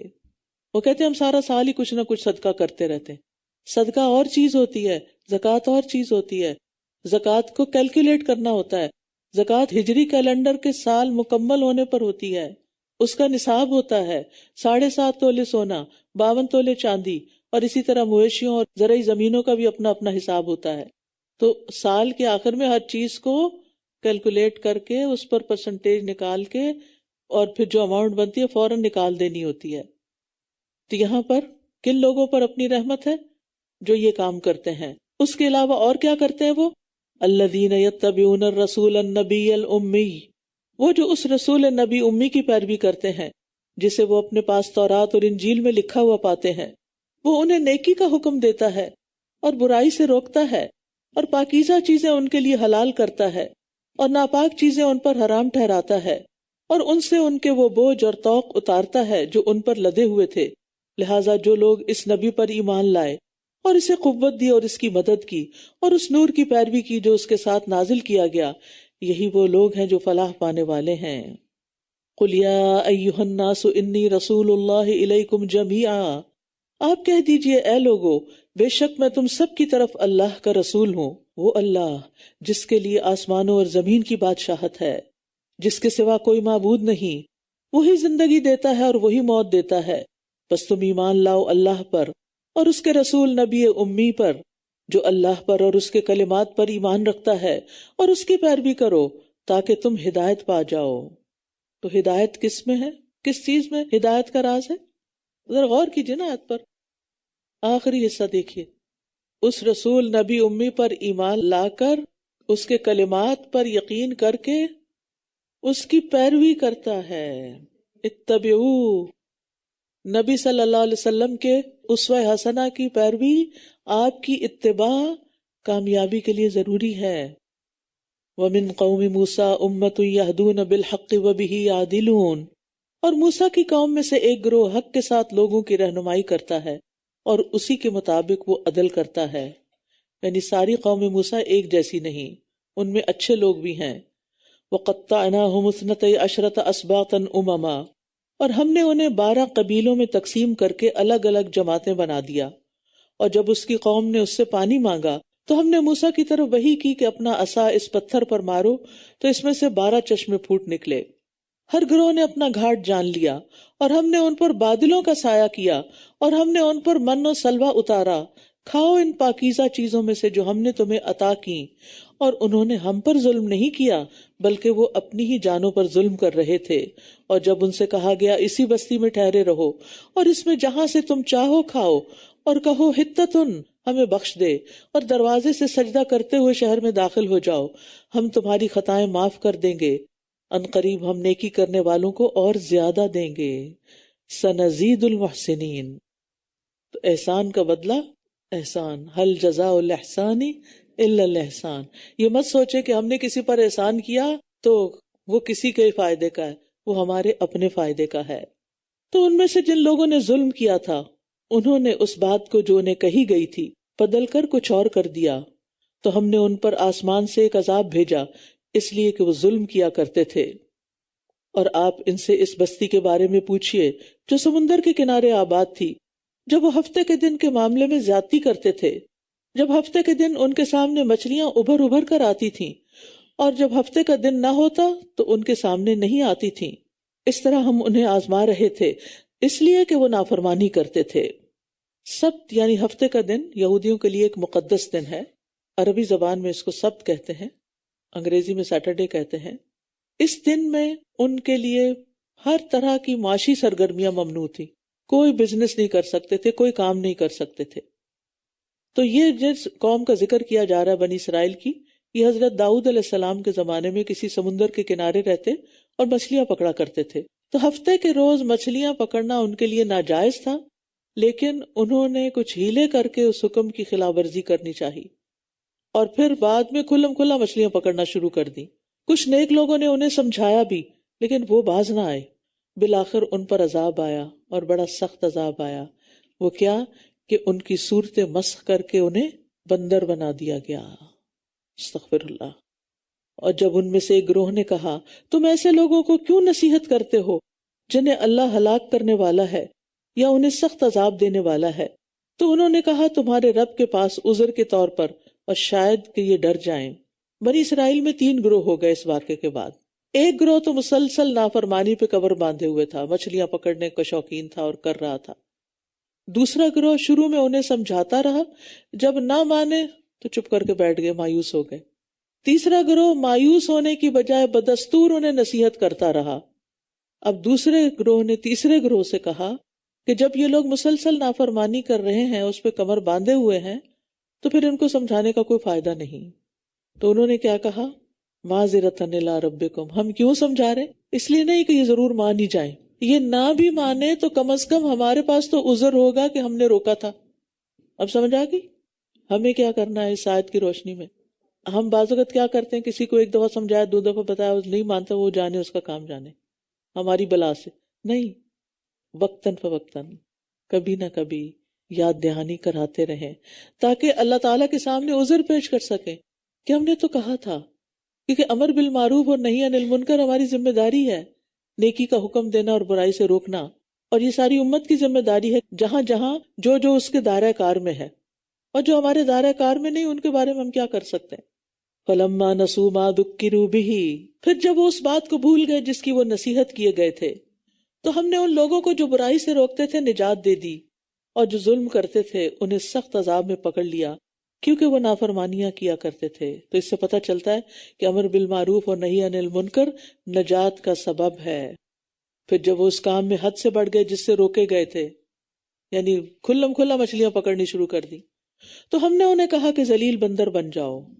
ان کی شکلیں بندروں جیسی ہو گئی، وہ ایک دوسرے کو پہچانتے تھے اور روتے تھے، لیکن کوئی ان کا علاج نہیں کر سکتا تھا۔ اور جب آپ کے رب نے اعلان کر دیا کہ وہ ان پر قیامت کے دن تک ضرور ایسے لوگوں کو بھیجتا رہے گا جو انہیں برا عذاب چکھائیں گے، بلا شبہ آپ کا رب بہت جلد سزا دینے والا ہے، اور بے شک وہ بہت بخشنے والا، نہایت رحم کرنے والا ہے۔ اور ہم نے انہیں زمین میں ٹکڑے ٹکڑے کر کے گروہوں میں تقسیم کر دیا، ان میں سے کچھ نیک تھے اور ان میں سے کچھ اس کے علاوہ تھے، اور ہم نے انہیں اچھے اور برے حالات کے ساتھ آزمایا، شاید کہ یہ رجوع کر لیں، شاید کہ پلٹ آئیں، شاید کہ کچھ سیکھ جائیں۔ لیکن کیا ہوا؟ پھر ان کے بعد ایسے نااہل جانشین کتاب کے وارث ہوئے جو اس حقیر دنیا کا مال و متاع لے لیتے اور کہتے کہ ضرور ہمیں بخش دیا جائے گا، اور اگر ان کے پاس اسی کی مانند اور مال و متاع آتا تو وہ اس کو بھی لے لیتے۔ کیا ان سے کتاب میں پختہ عہد نہیں لیا گیا تھا کہ یہ اللہ کے بارے میں حق بات کے سوا کچھ نہ کہیں گے؟ حالانکہ جو کچھ اس میں تھا انہوں نے پڑھ لیا تھا، علم تھا۔ اور آخرت کا گھر ان لوگوں کے لیے بہتر ہے جو اللہ سے ڈرتے ہیں۔ کیا پھر بھی تم عقل سے کام نہیں لیتے؟ اہل کتاب رشوت لے کر لوگوں سے کتاب اللہ کی غلط تفسیر کرتے، لوگوں کو غلط مسئلے بتاتے، اور اس کے باوجود خود کو بخشا ہوا سمجھتے تھے کہ ہم بڑے عالم ہیں، ہم تو لوگوں کی خدمت کر رہے ہیں، لوگوں کے مسئلے حل کر رہے ہیں، اس لیے ہماری تو نجات ہی نجات ہے۔ اور وہ یہ بھول گئے تھے کہ کتنا بھی بڑا کوئی عالم ہو کتاب کا، اگر وہ اس کتاب کے مطابق بات نہیں کرتا تو پھر صرف کسی عالم ہونے کی ڈگری اس کو فائدہ نہیں دے گی۔ اور ویسے بھی آپ دیکھیں کہ گناہوں پر اصرار جو ہے وہ ہلاکت ہے، ان کو سمجھایا جاتا پھر وہ دوبارہ وہی کام کرتے۔ تو ایسا استغفار مطلوب نہیں جو صرف زبان کی حد تک ہو، استغفر اللہ استغفر اللہ۔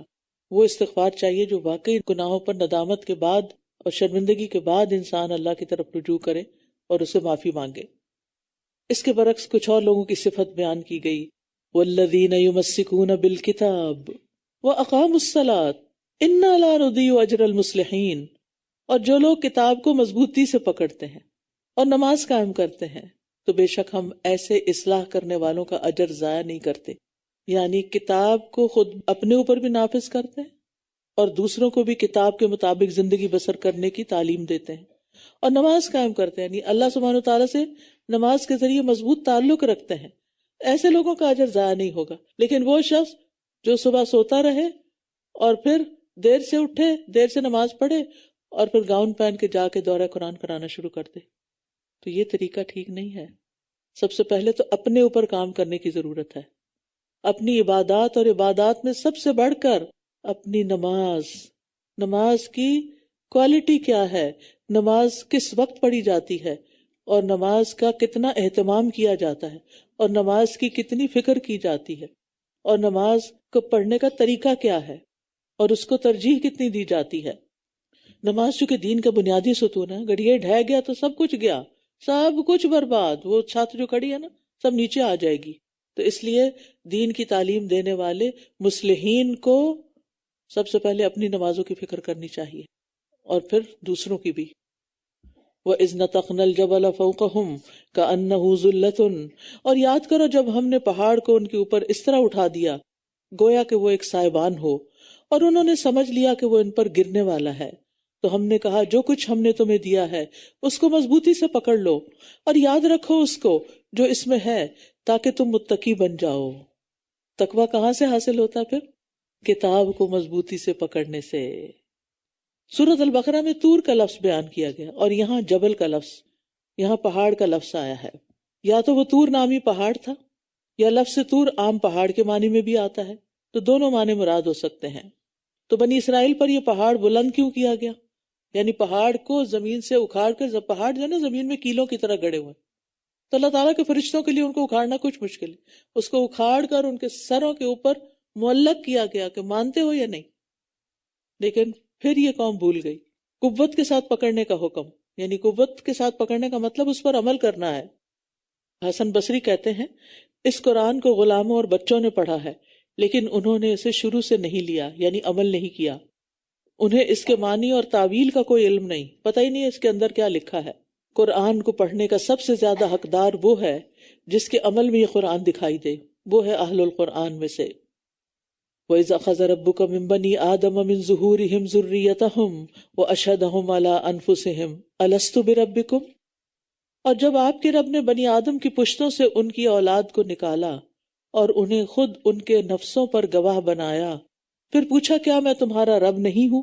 انہوں نے کہا ہاں، ہم گواہی دیتے ہیں کہ آپ ہی ہمارے رب ہیں، تاکہ تم قیامت کے دن یہ نہ کہو کہ ہم تو اس سے بالکل غافل تھے۔ اس عہد کی تفصیل کچھ یوں آتی ہے کہ عرفہ والے دن نعمان جگہ میں اللہ تعالیٰ نے آدم علیہ السلام کی اولاد سے، جن کی روحیں پیدا کی گئی تھی اس دن، ایک عہد دیا تھا، یعنی آدم کی پشت سے ہونے والی تمام اولاد کو نکال کے اپنے سامنے پھیلا دیا اور ان سے پوچھا کیا میں تمہارا رب نہیں ہوں؟ تو سب نے کہا کیوں نہیں، آپ ہی ہمارے رب ہیں، ہم سب تیرے رب ہونے کی گواہی دیتے ہیں۔ تو یہ وعدہ کیوں لیا گیا تھا اس وقت؟ تاکہ کل کوئی عذر نہ پیش کرے کہ ہمارے باپ دادا شرک کرتے تھے اس لیے ہم نے بھی شرک کیا۔ توحید اللہ نے انسان کی فطرت میں رکھی ہوئی ہے اور اسی بنا پر انسان کا حساب ہوگا۔ یا تم یہ نہ کہو کہ شرک تو اس سے پہلے ہمارے آباء و اجداد نے کیا تھا اور ہم تو ان کے بعد انہی کی اولاد تھے، کیا پھر تو ہمیں اس کام کی وجہ سے ہلاک کرے گا جو ان غلط کاروں نے کیا؟ وَكَذَلِكَ نُفَصِّلُ الْآيَاتِ وَلَعَلَّهُمْ يَرْجِعُونَ، اور اسی طرح ہم آیات کو کھول کھول کر بیان کرتے ہیں اور اس لیے کہ یہ رجوع کر لیں۔ وَاتْلُ عَلَيْهِمْ نَبَأَ الَّذِي آتَيْنَاهُ آيَاتِنَا، اور انہیں اس شخص کا حال پڑھ سنائیے جسے ہم نے اپنی آیات دیں، پھر وہ ان سے بالکل نکل گیا تو شیطان اس کے پیچھے لگ گیا، پھر وہ گمراہوں میں شامل ہو گیا۔ یعنی اللہ تعالیٰ نے اس کو اپنی کتاب دی، آیات کا علم دیا، اس نے سمجھ لیا ان کو، لیکن پڑھنے کے بعد اس کو بلا دیا اور ان پر عمل چھوڑ دیا۔ اب کیا ہوا؟ شیطان کو رستہ مل گیا، شیطان اس شخص کے پیچھے لگ گیا اور یہ پوری طرح گمراہ ہو گیا۔ ایسے نمونے ملتے ہیں آج کی دنیا میں بھی۔ قرآن پڑھا، عمل بدلا، چھوڑا تو سب کچھ ہی چھوڑ دیا، سارا عمل بھی ختم، پردہ ختم، نمازیں ختم، اور پوری دنیا میں ہی لگ گئے۔ وَلَوْ شِئْنَا لَرَفَعْنَاهُ بِهَا، اور اگر ہم چاہتے تو انہی آیات کے ساتھ اسے بلندی عطا کرتے، لیکن وہ تو زمین کی طرف جھک گیا اور اپنی خواہش کی پیروی کرنے لگا، یعنی دنیا کی طرف مائل ہو کر اپنی خواہشات کی تکمیل میں لگ گیا بس، لہٰذا اس کی مثال کتے کی طرح ہے۔ یعنی ایسا شخص جو دین پڑھ لکھ کے پھر چھوڑ دے، اس کی مثال کتے کی طرح ہے۔ اگر تو اس پر حملہ کرے تو وہ زبان لٹکائے ہانپتا ہے، یا تو اسے چھوڑ دے تب بھی وہ زبان لٹکائے ہانپتا ہے۔ یہی مثال اس قوم کی ہے جنہوں نے ہماری آیات کو جھٹلایا، بس آپ ان واقعات کو بیان کیجئے تاکہ یہ غور و فکر کریں۔ بعض مفسرین نے اس شخص کو پوائنٹ آؤٹ کرنے کی کوشش کی ہے کہ وہ کون تھا، اس کا نام کیا تھا، لیکن اس تکلف کی اتنی ضرورت ہی نہیں۔ ایسے افراد ہر امت میں ہر دور میں ہوتے رہے ہیں. جو انسان بھی اس طرح کی صفات رکھتا ہوگا وہی اس آیت کا مصداق ہے. اور یہ کتے کی مثال کیوں دی گئی؟ کیونکہ کتے کے اندر ایک لالچ ہوتی ہے. وہ کہیں راستے میں چل رہا ہو نا تو اس کے کام کی نہ بھی چیز ہو پھر بھی اس کو سونگ کے گزرتا ہے کہ شاید اس میں کوئی ہڈی پڑی ہو، شاید میرے فائدے کی کوئی چیز ہو. یعنی اس کی لالچ کی ایک انتہا ہے. تو ایسا شخص بھی جو دین کو چھوڑ گیا، دین کی مجلسوں کو چھوڑ گیا، دین کے طریقے کو چھوڑ گیا، دین پر عمل کو چھوڑ گیا، اس کے اندر بھی دراصل خواہشات تھیں اور دنیا کے مال کے لیے اس کی رال ٹپکتی رہتی تھی. جیسے کتے کی رال ٹپکتی رہتی ہے ایسے ہی اس کی بھی. تو بات یہ ہے کہ ایسے لوگوں سے عبرت حاصل کرنی چاہیے اور اللہ سے دعا کرنی چاہیے کہ اللہ ہمیں ثابت قدمی عطا کرے. کتنی بری مثال ہے ان لوگوں کی جنہوں نے ہماری آیات کو جھٹلایا اور وہ اپنے ہی نفسوں پر ظلم کرتے رہے. مَن يَهْدِ اللَّهُ فَهُوَ الْمُهْتَدِي وَمَن يُضْلِلْ فَأُولَٰئِكَ هُمُ الْخَاسِرُونَ. جسے اللہ ہدایت دے وہی ہدایت پانے والا ہے اور جن کو وہ بھٹکا دے تو ایسے ہی لوگ خسارہ پانے والے ہیں.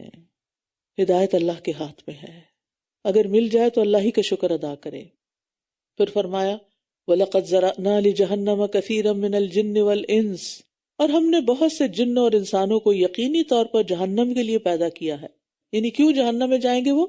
ان کے پاس دل ہیں جن سے وہ سمجھتے نہیں، اور ان کے پاس آنکھیں ہیں جن سے وہ دیکھتے نہیں، اور ان کے پاس کان ہیں جن سے وہ سنتے نہیں. یہ لوگ چوپایوں کی طرح ہیں بلکہ ان سے بھی زیادہ گمراہ. یہی لوگ غفلت میں مبتلا ہیں. یعنی جو لوگ مقصد حیات سے غافل ہو کر زندگی بسر کریں پھر ان کا یہ انجام ہے. تو اس سے پتہ چلتا ہے کہ اللہ اور رسول کو پہچاننا، ان کے احکامات کو سیکھنا ہر شخص پر فرض ہے.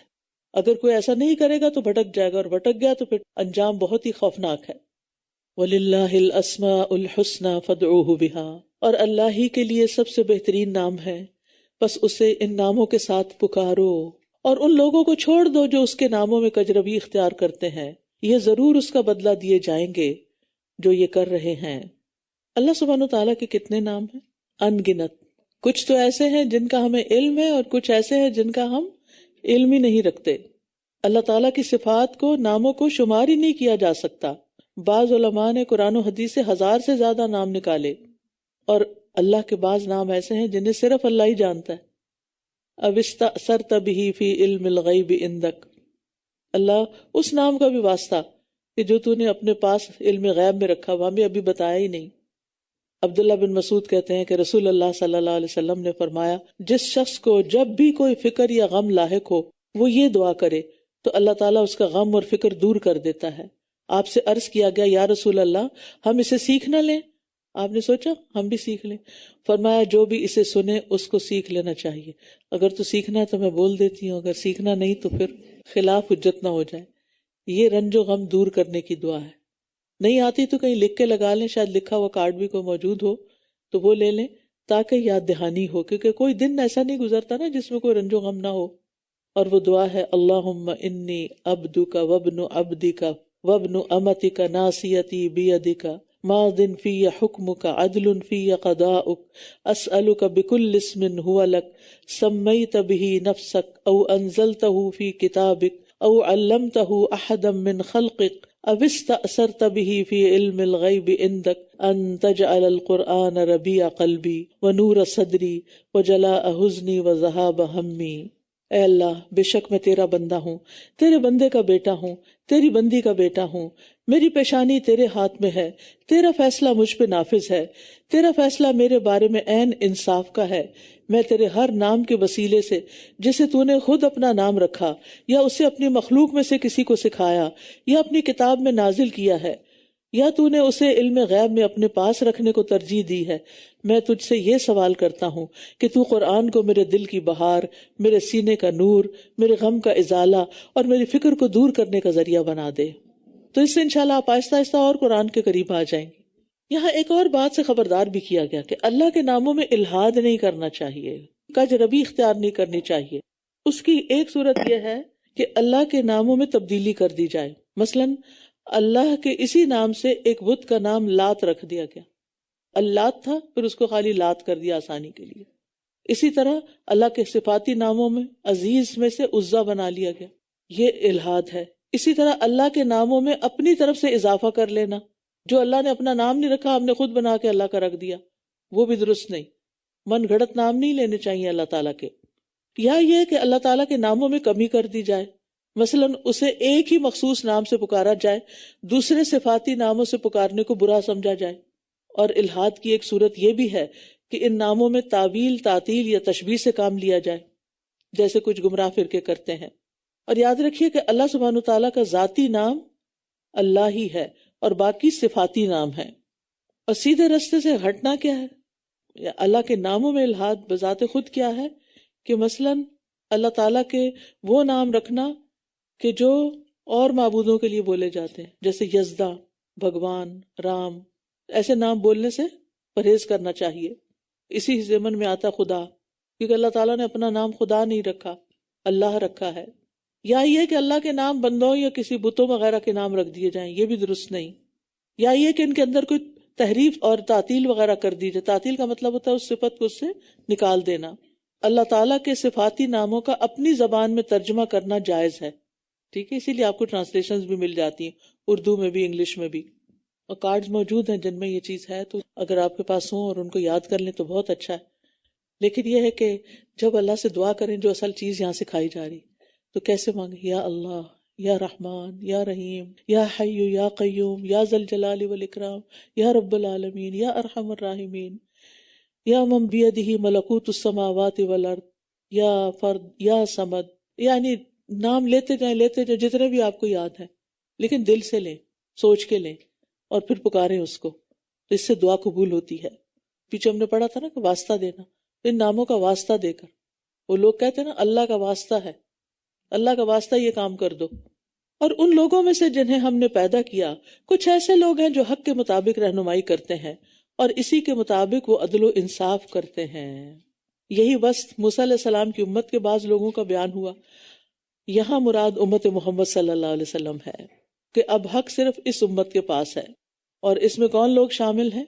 صحابہ کرام، تابعین، سلف صالحین، اور وہ تمام لوگ جو کتاب و سنت کو چھوڑ کر نئے رستے اختیار نہیں کرتے، خود بھی عمل کرتے ہیں ان دو پر اور لوگوں کی بھی اسی کے مطابق رہنمائی کرتے ہیں۔ والذین کذبوا بآیاتنا سنستدرجهم من حیث لا یعلمون، اور جن لوگوں نے ہماری آیات کو جھٹلا دیا ہے، ہم انہیں ضرور اس طرح آہستہ آہستہ وہاں سے پکڑیں گے جہاں سے وہ جانتے بھی نہ ہوں گے، یعنی فوری گرفت نہیں ہوگی تاکہ یہ غفلت میں پڑے رہیں، ان کو ڈھیل دوں گا اور پھر اچانک پکڑ لوں گا، اور میں انہیں مہلت دے رہا ہوں، بے شک میری تدبیر بہت مضبوط ہے۔ کیا بھلا انہوں نے غور و فکر نہیں کیا کہ ان کے ساتھی کو کوئی جنون لاحق نہیں، وہ تو ایک کھلم کھلا خبردار کر دینے والا ہے۔ یعنی آپ صلی اللہ علیہ وسلم کی عادات اور آپ کی سیرت کو دیکھا جائے تو آپ میں کسی قسم کا کوئی جنون نظر نہیں آتا، آپ ایک مکمل صحت مند انسان تھے۔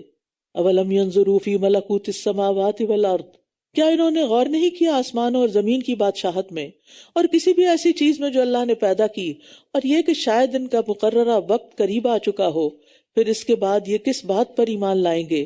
جسے اللہ گمراہ کر دے پھر اسے کوئی ہدایت دینے والا نہیں، اور وہ انہیں ان کی سرکشی میں چھوڑ دیتا ہے، یہ بھٹکتے پھرتے ہیں۔ یسألونک عن الساعۃ ایان مرساها، یہ آپ سے قیامت کی گھڑی کے بارے میں پوچھتے ہیں کہ اس کے واقع ہونے کا وقت کب ہے۔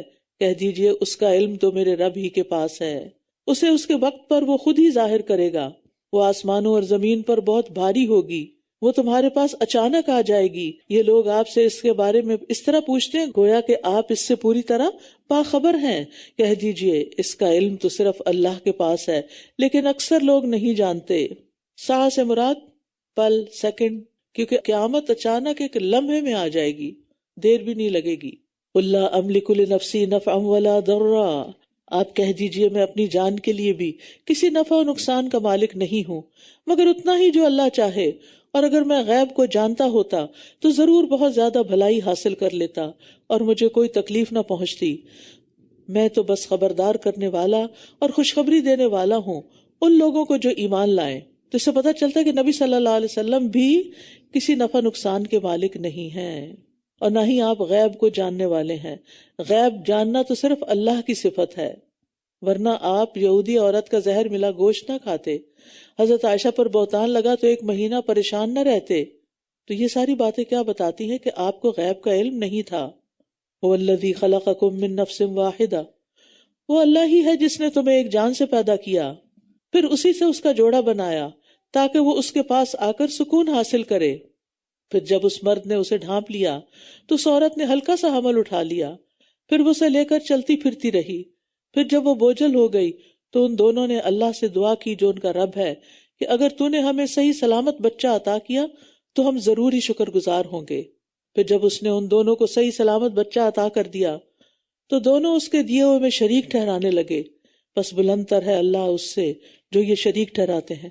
تو اس سے کیا پتہ چلتا ہے کہ شریک ٹھہرانا دراصل ناشکری ہے، کفر ہے۔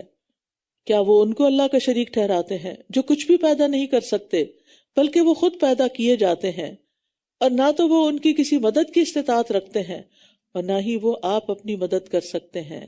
اور اگر تم انہیں ہدایت کی طرف بلاؤ تو یہ تمہاری پیروی نہیں کریں گے، تم پر یکساں ہے خواہ تم انہیں بلاؤ یا تم خاموش رہو۔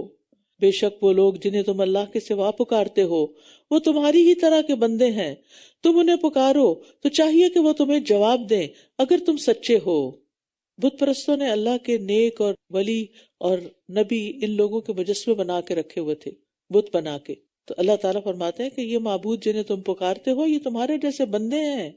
تو اللہ کا شریک جن چیزوں کو بنایا جاتا ہے، خواہ وہ قبر کے اندر مدفون ہو یا باہر کہیں رکھے ہوں سجاوٹ کے لیے، ایک ہی مطلب ہے۔ کیونکہ ہوتا کیا ہے کہ ایسی چیزوں کو دیکھ دیکھ کے، جیسے مجسمے وغیرہ لوگوں نے گھر میں رکھے ہوتے ہیں، پھر دل کے اندر سے اس کی کراہت میں نکل جاتی ہے۔ کیا ان کے پاؤں ہیں جن سے وہ چلتے ہیں؟ کیا ان کے ہاتھ ہیں جن سے وہ پکڑتے ہیں؟ یا ان کی آنکھیں ہیں جن سے وہ دیکھتے ہیں؟ یا ان کے کان ہیں جن سے وہ سنتے ہیں؟ کہہ دیجئے تم اپنے خود ساختہ شریکوں کو بلا لو، پھر میرے خلاف چال چلو اور مجھے ذرا بھی مہلت نہ دو۔ اللہ تعالیٰ نے یہاں پاؤں، ہاتھوں، آنکھوں اور کانوں کو خاص کیا ہے، کیونکہ یہ علم کے حصول کے لیے، کوشش کرنے کے لیے اور دوسروں کی مدد کرنے کے آلات ہیں۔ تو ہمیں اپنے جسم و جان سے بھی دوسروں کی مدد کرنی چاہیے اور ان اعضاء سے فائدہ پانے کی دعا کرنی چاہیے۔ اللہم متعنی بسمعی و بصری واجعلہم الوارث منی وانصرنی علی من یظلمنی وخذ منہ بثأری۔ اے اللہ مجھے میری سماعت اور بصارت سے فائدہ پہنچا اور انہیں میرا وارث کر دے، اور مجھ پر جو ظلم کرے اس کے خلاف میری مدد فرما اور اس سے میرا بدلہ لے لے۔ تو یہاں کیا بتایا جا رہا ہے کہ جن بتوں کو تم پوج رہے ہو یہ تو کسی کام کے نہیں ہیں۔ ان ولی اللہ الذی نزل الکتاب وہو یتولی الصالحین، بے شک میرا سرپرست تو اللہ ہے جس نے یہ کتاب نازل کی ہے اور وہی صالحین کی سرپرستی کرتا ہے۔ نیک مومن جو ہیں وہ ہمیشہ ایمان اور تقوی کی بنیاد پر دوستی کرتے ہیں اور ان لوگوں کی دوستی نہیں کرتے جو انہیں نہ فائدہ دے سکتے ہیں اور نہ ہی کوئی نقصان دے سکتے ہیں۔ تو اللہ سبحانہ وتعالیٰ نے بھی ان سے دوستی کر لی اور اللہ نے ان پر مہربانی فرمائی اور اللہ نے ان کی ہر کام میں مدد فرمائی جس میں ان کے لیے دین و دنیا کی بھلائی اور مصلحت اور فائدہ تھا، اور اللہ تعالیٰ نے ایمان کی وجہ سے ان کی ہر مصیبت کو دور کر دیا۔ والذین تدعون من دونہ لا یستطیعون نصرکم ولا انفسہم ینصرون، اور جنہیں تم اس کے سوا پکارتے ہو وہ تمہاری مدد کی استطاعت نہیں رکھتے اور نہ ہی آپ اپنی مدد کر سکتے ہیں۔ وَإِن تَدْعُوهُمْ إِلَى الْهُدَى لَا يَسْمَعُوا، اور اگر تم انہیں ہدایت کی طرف بلاؤ تو وہ سنتے ہی نہیں، سنی انسنی کر دیتے ہیں، اور آپ انہیں دیکھیں گویا وہ آپ کی طرف دیکھ رہے ہوں حالانکہ وہ کچھ بھی نہیں دیکھتے۔ خُذِ الْعَفْوَ وَأْمُرْ بِالْعُرْفِ وَأَعْرِضْ عَنِ الْجَاهِلِينَ، آپ درگزر اختیار کیجئے، نیکی کا حکم دیجئے اور جاہلوں سے اعراض برتیے۔ توحید کی دعوت میں مشکلات تو آتی ہیں لیکن انسان کو صبر سے کام لینا چاہیے۔ یہاں آپ صلی اللہ علیہ وسلم کو حسن اخلاق کی تعلیم دی گئی ہے اور آپ کے ذریعے سے، آپ کے وسیلے سے ہر وہ شخص مخاطب ہے جو اسلام کی دعوت کا فریضہ سر انجام دے، جو اسلام کو دنیا میں پھیلائے۔ ایک اور جگہ پر فرمایا وَجَادِلْهُمْ بِالَّتِي هِيَ أَحْسَنُ، اور ان سے اس طریقے سے بحث کرو جو سب سے اچھا ہے۔ اور اسی طرح ایک اور جگہ پر فرمایا وَلَوْ كُنْتَ فَظًّا غَلِيظَ الْقَلْبِ لَانفَضُّوا مِنْ حَوْلِكَ، اور اگر تو بدخلق ہوتا، سخت دل ہوتا تو یقیناً وہ تیرے گرد سے منتشر ہو جاتے۔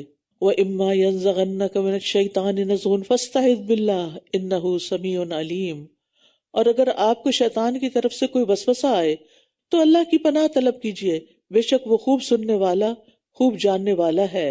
شیطان سے بچنے کا طریقہ بتایا جا رہا ہے. بے شک وہ لوگ جنہوں نے تقوی اختیار کیا، جب انہیں شیطان کی طرف سے کوئی خیال چھو بھی جاتا ہے تو وہ اللہ کو یاد کر لیتے ہیں، پھر یکا یک صاف دیکھنے لگتے ہیں. گویا اللہ کا ذکر ہر شر سے بچنے کا سبب ہے. وَإِخْوَانُهُمْ يَمُدُّونَهُمْ فِي الْغَيِّ ثُمَّ لَا يُقْصِرُونَ، اور ان کے شیطان بھائی انہیں گمراہی میں کھینچتے رہتے ہیں، پھر وہ کوئی کمی نہیں کرتے. یعنی کفار اور منافقین کیوں ان کے بھائی ہیں؟ کس کانٹیکس میں؟ کیونکہ وہ انہیں گمراہی میں بڑھاتے اور گھسیٹتے لے جاتے ہیں. وَإِذَا لَمْ تَأْتِهِمْ بِآيَةٍ قَالُوا لَوْلَا اجْتَبَيْتَهَا، اور جب آپ ان کے پاس کوئی نشانی نہیں لاتے تو وہ کہتے ہیں تم نے خود اس کا انتخاب کیوں نہ کر لیا. کہہ دیجئے بے شک میں تو اسی کی پیروی کرتا ہوں جو میری طرف، میرے رب کی طرف سے وحی کی جاتی ہے. یہ بصیرت کی باتیں تمہارے رب کی طرف سے ہیں، اور ہدایت اور رحمت ان لوگوں کے لیے جو ایمان لاتے ہیں. وَإِذَا قُرِئَ الْقُرْآنُ فَاسْتَمِعُوا لَهُ وَأَنصِتُوا لَعَلَّكُمْ تُرْحَمُونَ، اور جب قرآن پڑھا جا رہا ہو تو اسے غور سے سنو اور خاموش رہو تاکہ تم پر رحم کیا جائے. کفار 3 باتیں کہتے تھے: اس قرآن کو مت سنو، اس میں شور کرو اور اس پر غالب آ جاؤ. تو اس کے مقابلے میں اللہ تعالیٰ نے کیا حکم دیا کہ پڑھو بھی، غور سے سنو بھی اور خاموش بھی رہو. اور قرآن کے معاملے میں یہ حکم سب کے لیے عام ہے، خصوصاً نماز اور خطبہ جمعہ میں خاموش رہنا فرض ہے. وَاذْكُرْ رَبَّكَ فِي نَفْسِكَ تَضَرُّعًا وَخِيفَةً وَدُونَ الْجَهْرِ مِنَ الْقَوْلِ بِالْغُدُوِّ وَالْآصَالِ وَلَا تَكُن مِّنَ الْغَافِلِينَ، اور صبح اور شام اپنے دل میں عاجزی اور خوف کے ساتھ اور آواز بلند کیے بغیر اپنے رب کا ذکر کیجیے اور آپ غافلوں میں سے نہ ہوں. غدو کہتے ہیں فجر سے لے کر سورج طلوع ہونے کا وقت، اور آصال کہتے ہیں عصر سے لے کے مغرب تک کا وقت. یہی وقت ہے صبح شام کے اذکار کا، تو ان کی پابندی کیجیے. اور اللہ کا ذکر کرنے کے جو آداب یہاں بتائے گئے وہ کیا ہے؟ دل ہی دل میں پکارو، بہت چیخ چلا کے نہیں، دل کی حاضری کے ساتھ، تضرع عاجزی کے ساتھ اور گڑ گڑا کے، خیفہ خاموشی سے، خوف سے، دل پہ خوف بھی طاری ہو. دون الجہر، یا تو آواز کے بغیر کیونکہ یہ اخلاص کے زیادہ قریب ہے، یا پھر درمیانی آواز سے. ذکر کے لیے زبان سے الفاظ ادا کرنا ضروری ہیں. نماز پڑھتے ہوئے زبان سے بول کے الفاظ ادا کرنا ضروری ہیں، صرف دل دل میں نہیں پڑھ سکتے. وَلَا تَكُن مِّنَ الْغَافِلِينَ، اور اللہ کے ذکر سے کبھی بھی غافل نہ ہو. إِنَّ الَّذِينَ عِندَ رَبِّكَ لَا يَسْتَكْبِرُونَ عَنْ عِبَادَتِهِ وَيُسَبِّحُونَهُ وَلَهُ يَسْجُدُونَ، بے شک وہ جو آپ کے رب کے پاس ہیں وہ اس کی عبادت سے تکبر نہیں کرتے، اور وہ اس کی تسبیح کرتے ہیں اور وہ اسی کو سجدہ کرتے ہیں. مقرب فرشتے جب اللہ کو سجدہ کرتے ہیں تو انسان کو بھی صرف اللہ کے آگے جھکنا چاہیے. آپ بھی اپنی گردنیں جھکا لیں. سورۃ الانفال. بسم اللہ الرحمن الرحیم. یسألونک عن الانفال قل الانفال للہ والرسول فاتقوا اللہ واصلحوا ذات بینکم وأطيعوا الله ورسوله إن كنتم مؤمنين. إنما المؤمنون الذين إذا ذكر الله وجلت قلوبهم وإذا تليت عليهم آياته زادتهم إيمانا وعلى ربهم يتوكلون. الذين يقيمون الصلاة ومما رزقناهم ينفقون أولئك هم المؤمنون حقا لهم درجات عند ربهم ومغفرة ورزق كريم. وہ آپ سے مال غنیمت کے بارے میں سوال کرتے ہیں. کہہ دیجئے مال غنیمت اللہ اور رسول ہی کے لیے ہے، لہٰذا تم اللہ سے ڈرو اور آپس کے تعلقات کی اصلاح کر لو اور اللہ اور اس کے رسول کی اطاعت کرو اگر تم مومن ہو. جنگ بدر کے بعد جو کہ پہلی جنگ تھی، مسلمانوں کے پاس مال غنیمت آیا. ابھی تک اس کا کوئی قانون نہیں بتایا گیا تھا، لہٰذا سوال کیا گیا کہ یہ کس طرح تقسیم ہوں گی، یہ کس کا حق ہے. تو جواب کیا آیا کہ غنیمتیں حقیقت میں تو تم میں سے کسی کی بھی ملکیت نہیں، یہ تو اللہ اور اس کے رسول کی ملکیت ہے، کیونکہ فتح تمہاری طاقت سے نہیں ہوئی، اللہ کی مدد سے ہوئی ہے. اصل میں کرنے کا کام کیا ہے؟ اللہ سے ڈرو، آپس کے تعلقات اچھے رکھو، کیونکہ جہاں مال آتا ہے وہاں باہم کشیدگیاں بھی آ جاتی ہیں۔ اکثر لڑائی جھگڑے لوگوں کے درمیان مال کی وجہ سے ہوتے ہیں۔ انما المؤمنون الذین اذا ذکر اللہ وجلت قلوبہم، بے شک مومن تو وہ لوگ ہیں کہ جب ان کے سامنے اللہ کا ذکر کیا جاتا ہے تو ان کے دل ڈر جاتے ہیں۔ ہم اپنے دلوں کا جائزہ لیں، اور جب ان پر اس کی آیات تلاوت کی جاتی ہیں تو وہ ان کو ایمان میں بڑھا دیتی ہیں، اور اپنے رب پر ہی وہ توکل کرتے ہیں۔ تو اللہ کا ذکر سننے پر دل کا ڈر جانا ایمان والوں کی صفت ہے، یعنی وہ غافل نہیں ہوتے۔ کون ہیں ایمان والے؟ الذین یقیمون الصلاۃ ومما رزقناہم ینفقون، وہ لوگ جو نماز قائم کرتے ہیں اور جو رزق ہم نے انہیں دیا ہے اس میں سے خرچ کرتے ہیں۔ اولئک ھم المؤمنون حقا، یہی لوگ سچے مومن ہیں، ان کے لیے ان کے رب کے ہاں بڑے درجے ہیں اور مغفرت اور عزت والا رزق ہے۔ جیسا کہ آپ کے رب نے آپ کو بدر کے موقع پر آپ کے گھر سے حق کے ساتھ نکالا، حالانکہ مومنوں میں سے ایک گروہ یقیناً اس کو ناپسند کرنے والا تھا۔ یجادلونک فی الحق، حق واضح ہو جانے کے بعد بھی یہ اس کے بارے میں آپ سے یوں جھگڑ رہے تھے گویا کہ یہ موت کی طرف ہانکے جا رہے ہوں اور یہ اسے آنکھوں سے دیکھ رہے ہوں۔ اور جب اللہ تم سے دو گروہوں میں سے ایک کا وعدہ کر رہا تھا کہ یقیناً وہ تمہارے لیے ہوگا، اور تم چاہتے تھے کہ بغیر کانٹے یعنی ہتھیار والا تمہارے لیے ہو جائے، اور اسی پر اختلاف تھا، اور اللہ چاہتا تھا کہ حق کو اپنے کلمات سے حق ثابت کر دے اور کافروں کی جڑ کاٹ ڈالے۔ لِيُحِقَّ الْحَقَّ وَيُبْطِلَ الْبَاطِلَ وَلَوْ كَرِهَ الْمُجْرِمُونَ، تاکہ وہ حق کا حق ہونا اور باطل کا باطل ہونا ثابت کر دے، خواہ مجرموں کو ناگوار ہی گزرے۔ استستغیثون ربکم، جب تم اپنے رب سے فریاد کر رہے تھے تو اس نے تمہاری فریاد سن لی کہ میں بے شک تمہیں 1000 فرشتوں کے ساتھ مدد دینے والا ہوں جو یکے بعد دیگرے آنے والے ہیں۔ جنگ بدر میں مسلمانوں کی تعداد 313 تھی، جبکہ مقابل دشمن 3 گنا زیادہ تھا، 1000 کے قریب۔ ان کے پاس اسلحے کی فراوانی بھی تھی، مسلمانوں کے پاس اسلحہ بھی نہیں تھا، سواریاں بھی کم تھیں۔ تو خود نبی صلی اللہ علیہ وسلم الگ ایک خیمے میں بہت الہا و زاری میں مصروف دعا تھے، اپنے رب سے فریادیں کر رہے تھے، تو اللہ تعالیٰ نے دعائیں قبول کر لیں اور 1000 فرشتے ایک دوسرے کے پیچھے مسلسل لگاتار مسلمانوں کی مدد کے لیے آ گئے۔ تو اس سے پتہ چلتا ہے کہ دعا میں استغاثہ کرنا چاہیے، عاجزی اختیار کرنی چاہیے، دل حضوری ہونی چاہیے، فریادیں کرنی چاہیے، اور اللہ نے اس کو محض ایک خوشخبری بنایا ہے، اور تاکہ اس سے تمہارے دل مطمئن ہو جائیں، ورنہ مدد تو صرف اللہ کے پاس سے ہی آتی ہے۔ بے شک اللہ بہت زبردست خوب حکمت والا ہے۔ یعنی فرشتوں کے نزول کا مقصد مومنوں کو خوشخبری دینا تھا، اطمینان ان کے دلوں میں پیدا کرنا تھا، ورنہ اللہ تعالیٰ تو فرشتوں کے بغیر بھی مدد دے سکتا ہے، لیکن اس کا یہ مطلب نہیں کہ فرشتوں نے عملاً مدد نہیں کی تھی، مدد کی تھی جب وہ اپنی طرف سے امن دینے کے لیے تم پر اونگ طاری کر رہا تھا اور آسمان سے تم پر پانی برسا رہا تھا تاکہ اس کے ذریعے تمہیں پاک کر دے اور شیطان کی نجاست یعنی وسوسے کو تم سے دور کر دے، اور تاکہ تمہارے دلوں کو مضبوط کر دے اور اس کے ذریعے تمہارے قدموں کو جما دے۔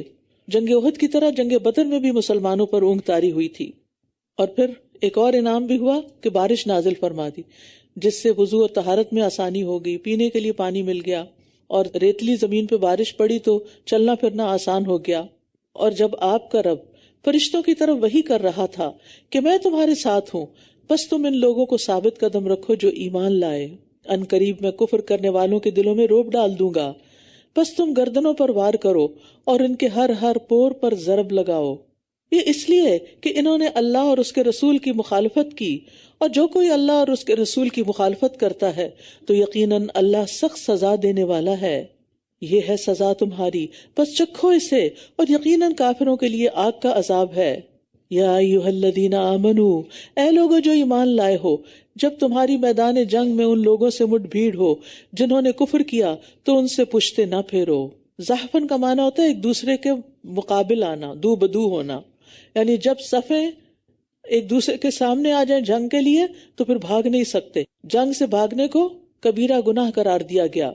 اور جو کوئی ان سے اس دن اپنی پشت پھیرے سوائے اس کے جو جنگ کے لیے پینترا بدلنے والا ہو یا کسی گروہ کی طرف پناہ لینے والا ہو تو یقیناً وہ اللہ کے غضب کے ساتھ پلٹا اور اس کا ٹھکانہ جہنم ہوگا، اور وہ کتنا برا ٹھکانہ ہے۔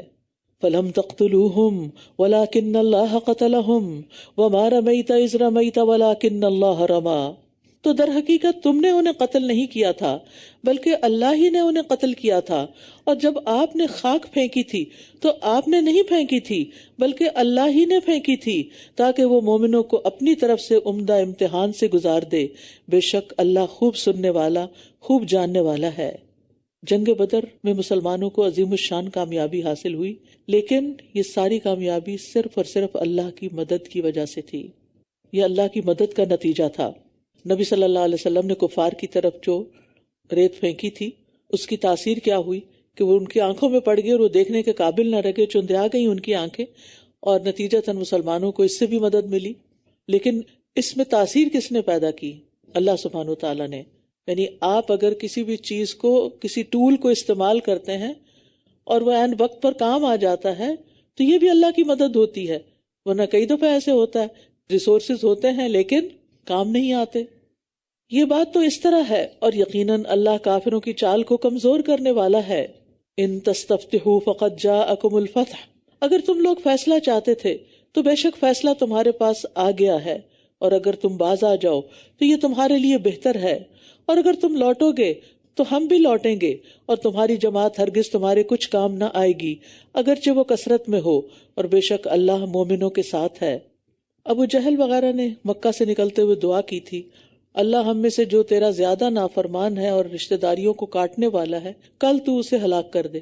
تو ان کا خیال یہ تھا، ان کی غلط فہمی یہ تھی کہ نبی صلی اللہ علیہ وسلم نے رشتوں کو کاٹ دیا ہے، لوگوں میں پھوٹ ڈال دی ہے، کیونکہ وہ آپ کو اللہ کا نبی نہیں مانتے تھے. وہ یہ نہیں سمجھ رہے تھے کہ یہ اللہ کے حکم سے ہی سب کچھ بتا رہے ہیں. آج بھی آپ دیکھیں کہ آپ لوگوں کو اگر دین کی تعلیم دیتے ہیں اور اس کی وجہ سے لوگوں میں اگر کچھ دوریاں آ جاتی ہیں ذہنی دوری کی وجہ سے، تو وہ دین کو بدنام کرتے ہیں. حالانکہ دین کا اس میں کوئی قصور نہیں. بات یہ ہے کہ جو حق کو پہچان کر بھی حق قبول نہیں کرتے، پھر وہ ان لوگوں جیسے کیسے ہو سکتے ہیں جنہوں نے اسے قبول کر لیا ہو. یا ایھا الذین آمنوا اطیعوا اللہ ورسولہ ولا تولوا عنہ وانتم تسمعون. اے لوگو جو ایمان لائے ہو، اللہ اور اس کے رسول کی اطاعت کرو اور اس سے منہ نہ پھیرو جبکہ تم سن رہے ہو. یعنی اللہ اور اس کے رسول کی بات سن کر پھر اس کو اپنا لینا چاہیے، منہ نہیں موڑنا چاہیے. اور تم ان لوگوں کی طرح نہ ہو جانا جنہوں نے کہا ہم نے سنا حالانکہ وہ سنتے نہیں.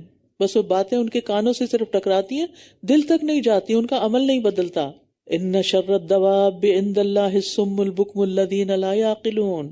بے شک اللہ کے نزدیک بدترین جاندار وہ بہرے گنگے لوگ ہیں جو عقل سے کام نہیں لیتے، جو اپنی عقل استعمال نہیں کرتے. انسان عقل کی بنیاد پر ہی سارے حیوانات سے فوقیت رکھتا ہے، ان سے ممتاز ہے. لیکن اگر کوئی شخص عقل سے کام نہ لے، عقل استعمال نہ کرے اور حماقت کا ثبوت دے، چاہے دین کا معاملہ ہو چاہے دنیا کا معاملہ ہو، تو پھر ایسا انسان جانوروں سے بھی بدتر ہے. وَلَوْ عَلِمَ اللَّهُ فِيهِمْ خَيْرًا لَأَسْمَعَهُمْ وَلَوْ أَسْمَعَهُمْ لَتَوَلَّوْا وَهُمْ مُعْرِضُونَ. اور اگر اللہ ان میں کوئی بھلائی جانتا تو ضرور انہیں سنوا دیتا، اور اگر وہ انہیں سنوا بھی دیتا تو یقیناً یہ منہ پھیر جاتے، اور یہ ہیں ہی بے رخی کرنے والے. حق کا انکار کرنے والے حق کو سننے سے اور سن کر فائدہ اٹھانے سے محروم ہی رہتے ہیں، کیونکہ ان کے اندر حق کو لینے کی، قبول کرنے کی طاقت ہی نہیں ہوتی، شوق ہی نہیں ہوتا، رغبت ہی نہیں ہوتی. تو اللہ کا کلام سن لینے کے بعد جس کے اندر بھلائی ہوتی ہے وہ کیا کرتا ہے؟ اس کو قبول کر لیتا ہے، اور جس کے اندر کوئی بھلائی نہیں ہوتی وہ اس کو سنی انسنی کر دیتا ہے، گویا اس نے سنا ہی نہ ہو. حسن بصری کہتے ہیں علم کی دو قسمیں ہیں. ایک وہ علم جو دل کے اندر ہوتا ہے، یہ نفع بخش علم ہے، انسان کی شخصیت کا حصہ ہوتا ہے. اور دوسرا وہ علم جو زبان پہ ہوتا ہے، صرف زبان سے انسان بول رہا ہوتا ہے. یہ علم انسان کے خلاف حجت بن جاتا ہے، بوجھ بن جاتا ہے. لہٰذا کیا کرنا چاہیے؟ جو جانیں، جو سیکھیں، اس کو اپنانے کی پوری کوشش کریں. پھر فرمایا یا ایھا الذین آمنوا استجیبوا للہ وللرسول اذا دعاکم لما یحییکم. اے لوگو جو ایمان لائے ہو، اللہ اور رسول کا حکم قبول کر لو جب وہ تمہیں اس کام کے لیے پکاریں جو تمہیں زندگی بخشتا ہے، اور جان لو کہ بے شک اللہ بندے اور اس کے دل کے درمیان حائل ہو جاتا ہے، اور یہ کہ تم اسی کی طرف اکٹھے کیے جاؤ گے. اللہ اور رسول کی بات ماننا زندگی بخشتا ہے. جو نہیں مانتے وہ زندہ ہونے کے باوجود بھی مردہ ہیں، اور حق جن کے دلوں میں نہیں ہوتا، دلوں میں نہیں اترتا، ان کے دل بھی مردہ ہوتے ہیں. اور یہاں حق واضح ہونے کے باوجود نہ ماننے والوں کی سزا بتائی جا رہی ہے. وہ کیا ہے کہ اللہ انسان اور اس کے دل کے درمیان حائل ہو جاتا ہے، لہٰذا اس کو اللہ اور اس کے رسول کی پکار پر لبیک کہنے کی توفیق ہی نہیں ہوتی. جیسے آتا ہے نا فَلَمَّا زَاغُوا أَزَاغَ اللَّهُ قُلُوبَهُمْ، جب وہ خود ٹیڑھے ہو گئے تو اللہ نے ان کے دلوں کو ٹیڑھا کر دیا.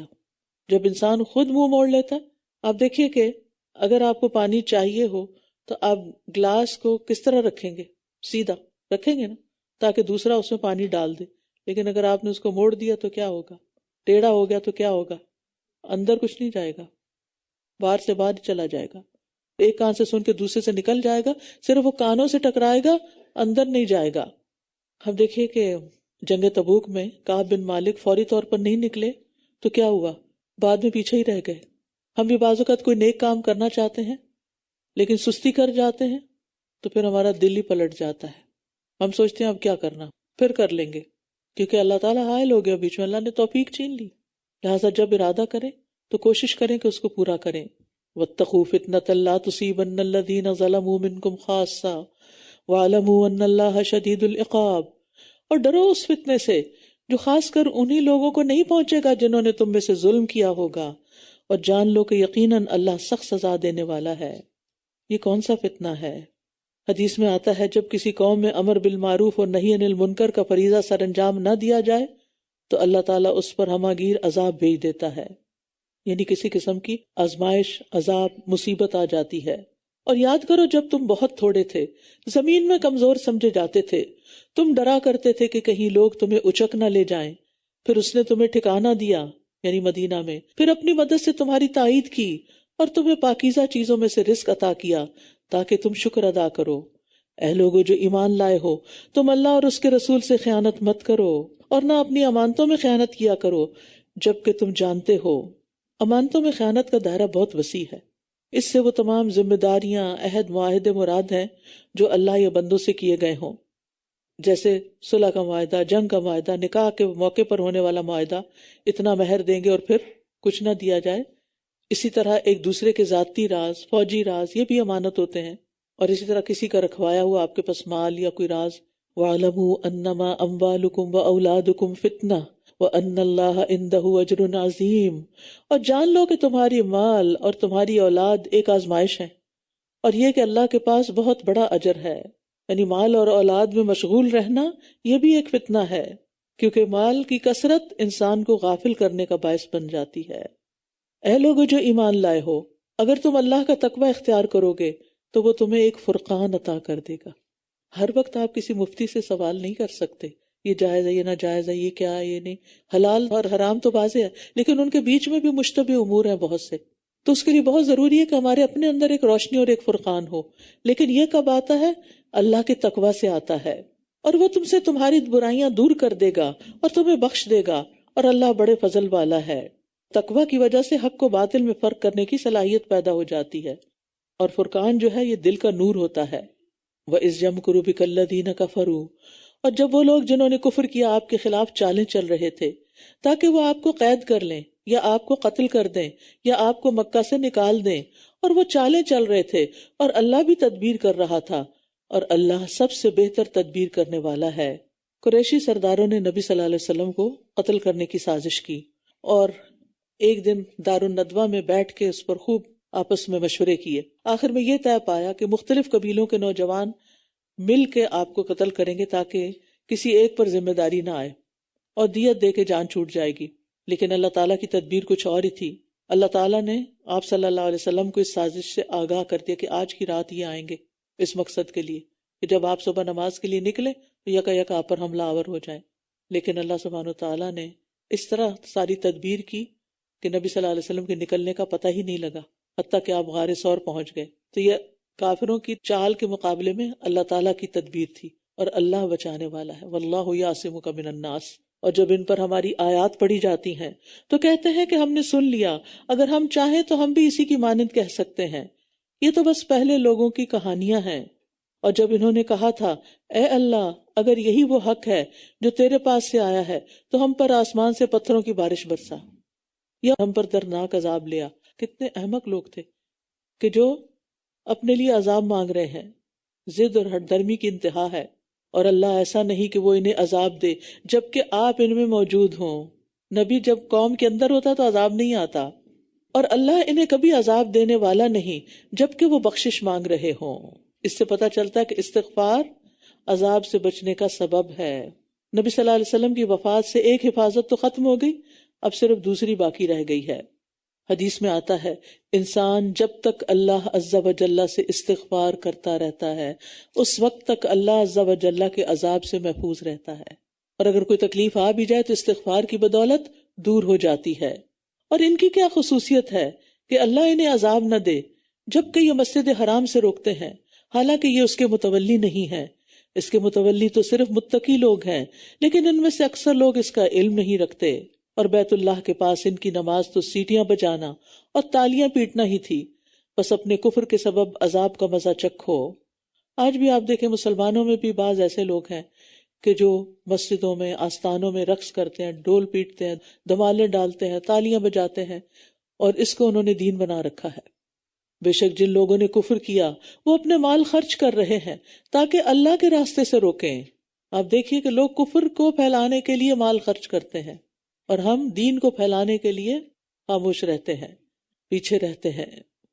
عنقریب یہ اسے مزید خرچ کریں گے، پھر وہ ان کے لیے حسرت کا باعث ہوگا، پھر یہ مغلوب کیے جائیں گے، اور جن لوگوں نے کفر کیا وہ جہنم کی طرف اکٹھے کیے جائیں گے، تاکہ اللہ ناپاک کو پاک سے الگ کر دے اور ناپاک کو ایک دوسرے کے اوپر کر دے، پھر وہ ان سب کا ڈھیر لگا دے، پھر وہ ان سب کو جہنم میں ڈال دے۔ یہی وہ لوگ ہیں جو خسارہ پانے والے ہیں۔ اور یہی ہوا نا کہ مشرکین کے سردار جو 70 لوگ مارے گئے تھے جنگ بدر میں، ان کو کلیب کے کنویں میں ایک کے اوپر ایک پھینکا گیا تھا۔ ان کفر کرنے والوں سے کہہ دیجئے اگر یہ باز آ جائیں تو جو پہلے ہو چکا وہ بخش دیا جائے گا، اب بھی بخش دیا جائے گا، اتنی مخالفت کے باوجود، اتنے گناہوں کے باوجود۔ اور اگر یہ پھر وہی کچھ کریں گے تو یقیناً پہلے لوگوں کا طریقہ تو گزر چکا ہے۔ تو اسلام قبول کرنا پچھلے گناہوں کی معافی کا ذریعہ بن جاتا ہے۔ اور ان سے جنگ جاری رکھو یہاں تک کہ کوئی فتنہ باقی نہ رہے، یعنی یہ جنگ بدر آخری جنگ نہیں بلکہ اس کے بعد بھی ہوگی، اور دین سارے کا سارا اللہ ہی کا ہو جائے۔ اور وہ ہو گیا فتح مکہ پر۔ پھر اگر یہ باز آ جائیں تو جو کچھ یہ کرتے ہیں اللہ اسے خوب دیکھ رہا ہے۔ وَإِن تَوَلَّوْا فَاعْلَمُوا أَنَّ اللَّهَ مَوْلَاكُمْ نِعْمَ الْمَوْلَىٰ وَنِعْمَ النَّصِيرُ، اور اگر یہ منہ موڑ جائیں تو جان لو کہ بے شک اللہ تمہارا مولا ہے، کتنا اچھا مولا اور کتنا اچھا مددگار۔ یعنی اگر لوگ منہ موڑ جاتے ہیں، اسلام قبول نہیں کرتے، تمہاری مخالفت پر اڑے ہوئے ہیں، تو یہ تمہیں نقصان نہیں دے سکتے۔ دشمن کے مقابلے میں تمہارا مددگار و حامی و ناصر اللہ رب العالمین ہے۔ تو کامیاب وہی انسان ہوتا ہے جس کا مددگار اللہ ہو۔ تو ہمیں اللہ سبحانہ وتعالیٰ ہی سے مدد مانگنی چاہیے۔ نعم المولا و نعم النصیر، مدد بھی وہی کرتا ہے، یعنی نصیر بھی وہی ہے۔ اور مدد کب آتی ہے؟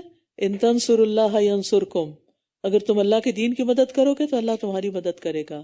ہم سب سے بھی کہا گیا کونوا انصار اللہ، اللہ کے مددگار بن جاؤ، یعنی اللہ کے دین کی مدد کرو، اس دین کو لوگوں تک پھیلانے میں، عام کرنے میں۔ معلوم نہیں کتنے ہی لوگ اس کے بغیر پریشان زندگی بسر کر رہے ہیں، بے چین زندگی بسر کر رہے ہیں۔ لہٰذا ہمیں سب کی خیر خواہی کرنی چاہیے اور اس کام میں ڈرنا نہیں چاہیے، کیونکہ جو یہ کرتا ہے اسے اللہ کی مدد حاصل ہوتی ہے۔ وآخر دعوانا ان الحمد للہ رب العالمین۔ سبحانک اللہم وبحمدک، اشہد ان لا الہ الا انت، استغفرک واتوب الیک۔ السلام علیکم ورحمۃ اللہ وبرکاتہ۔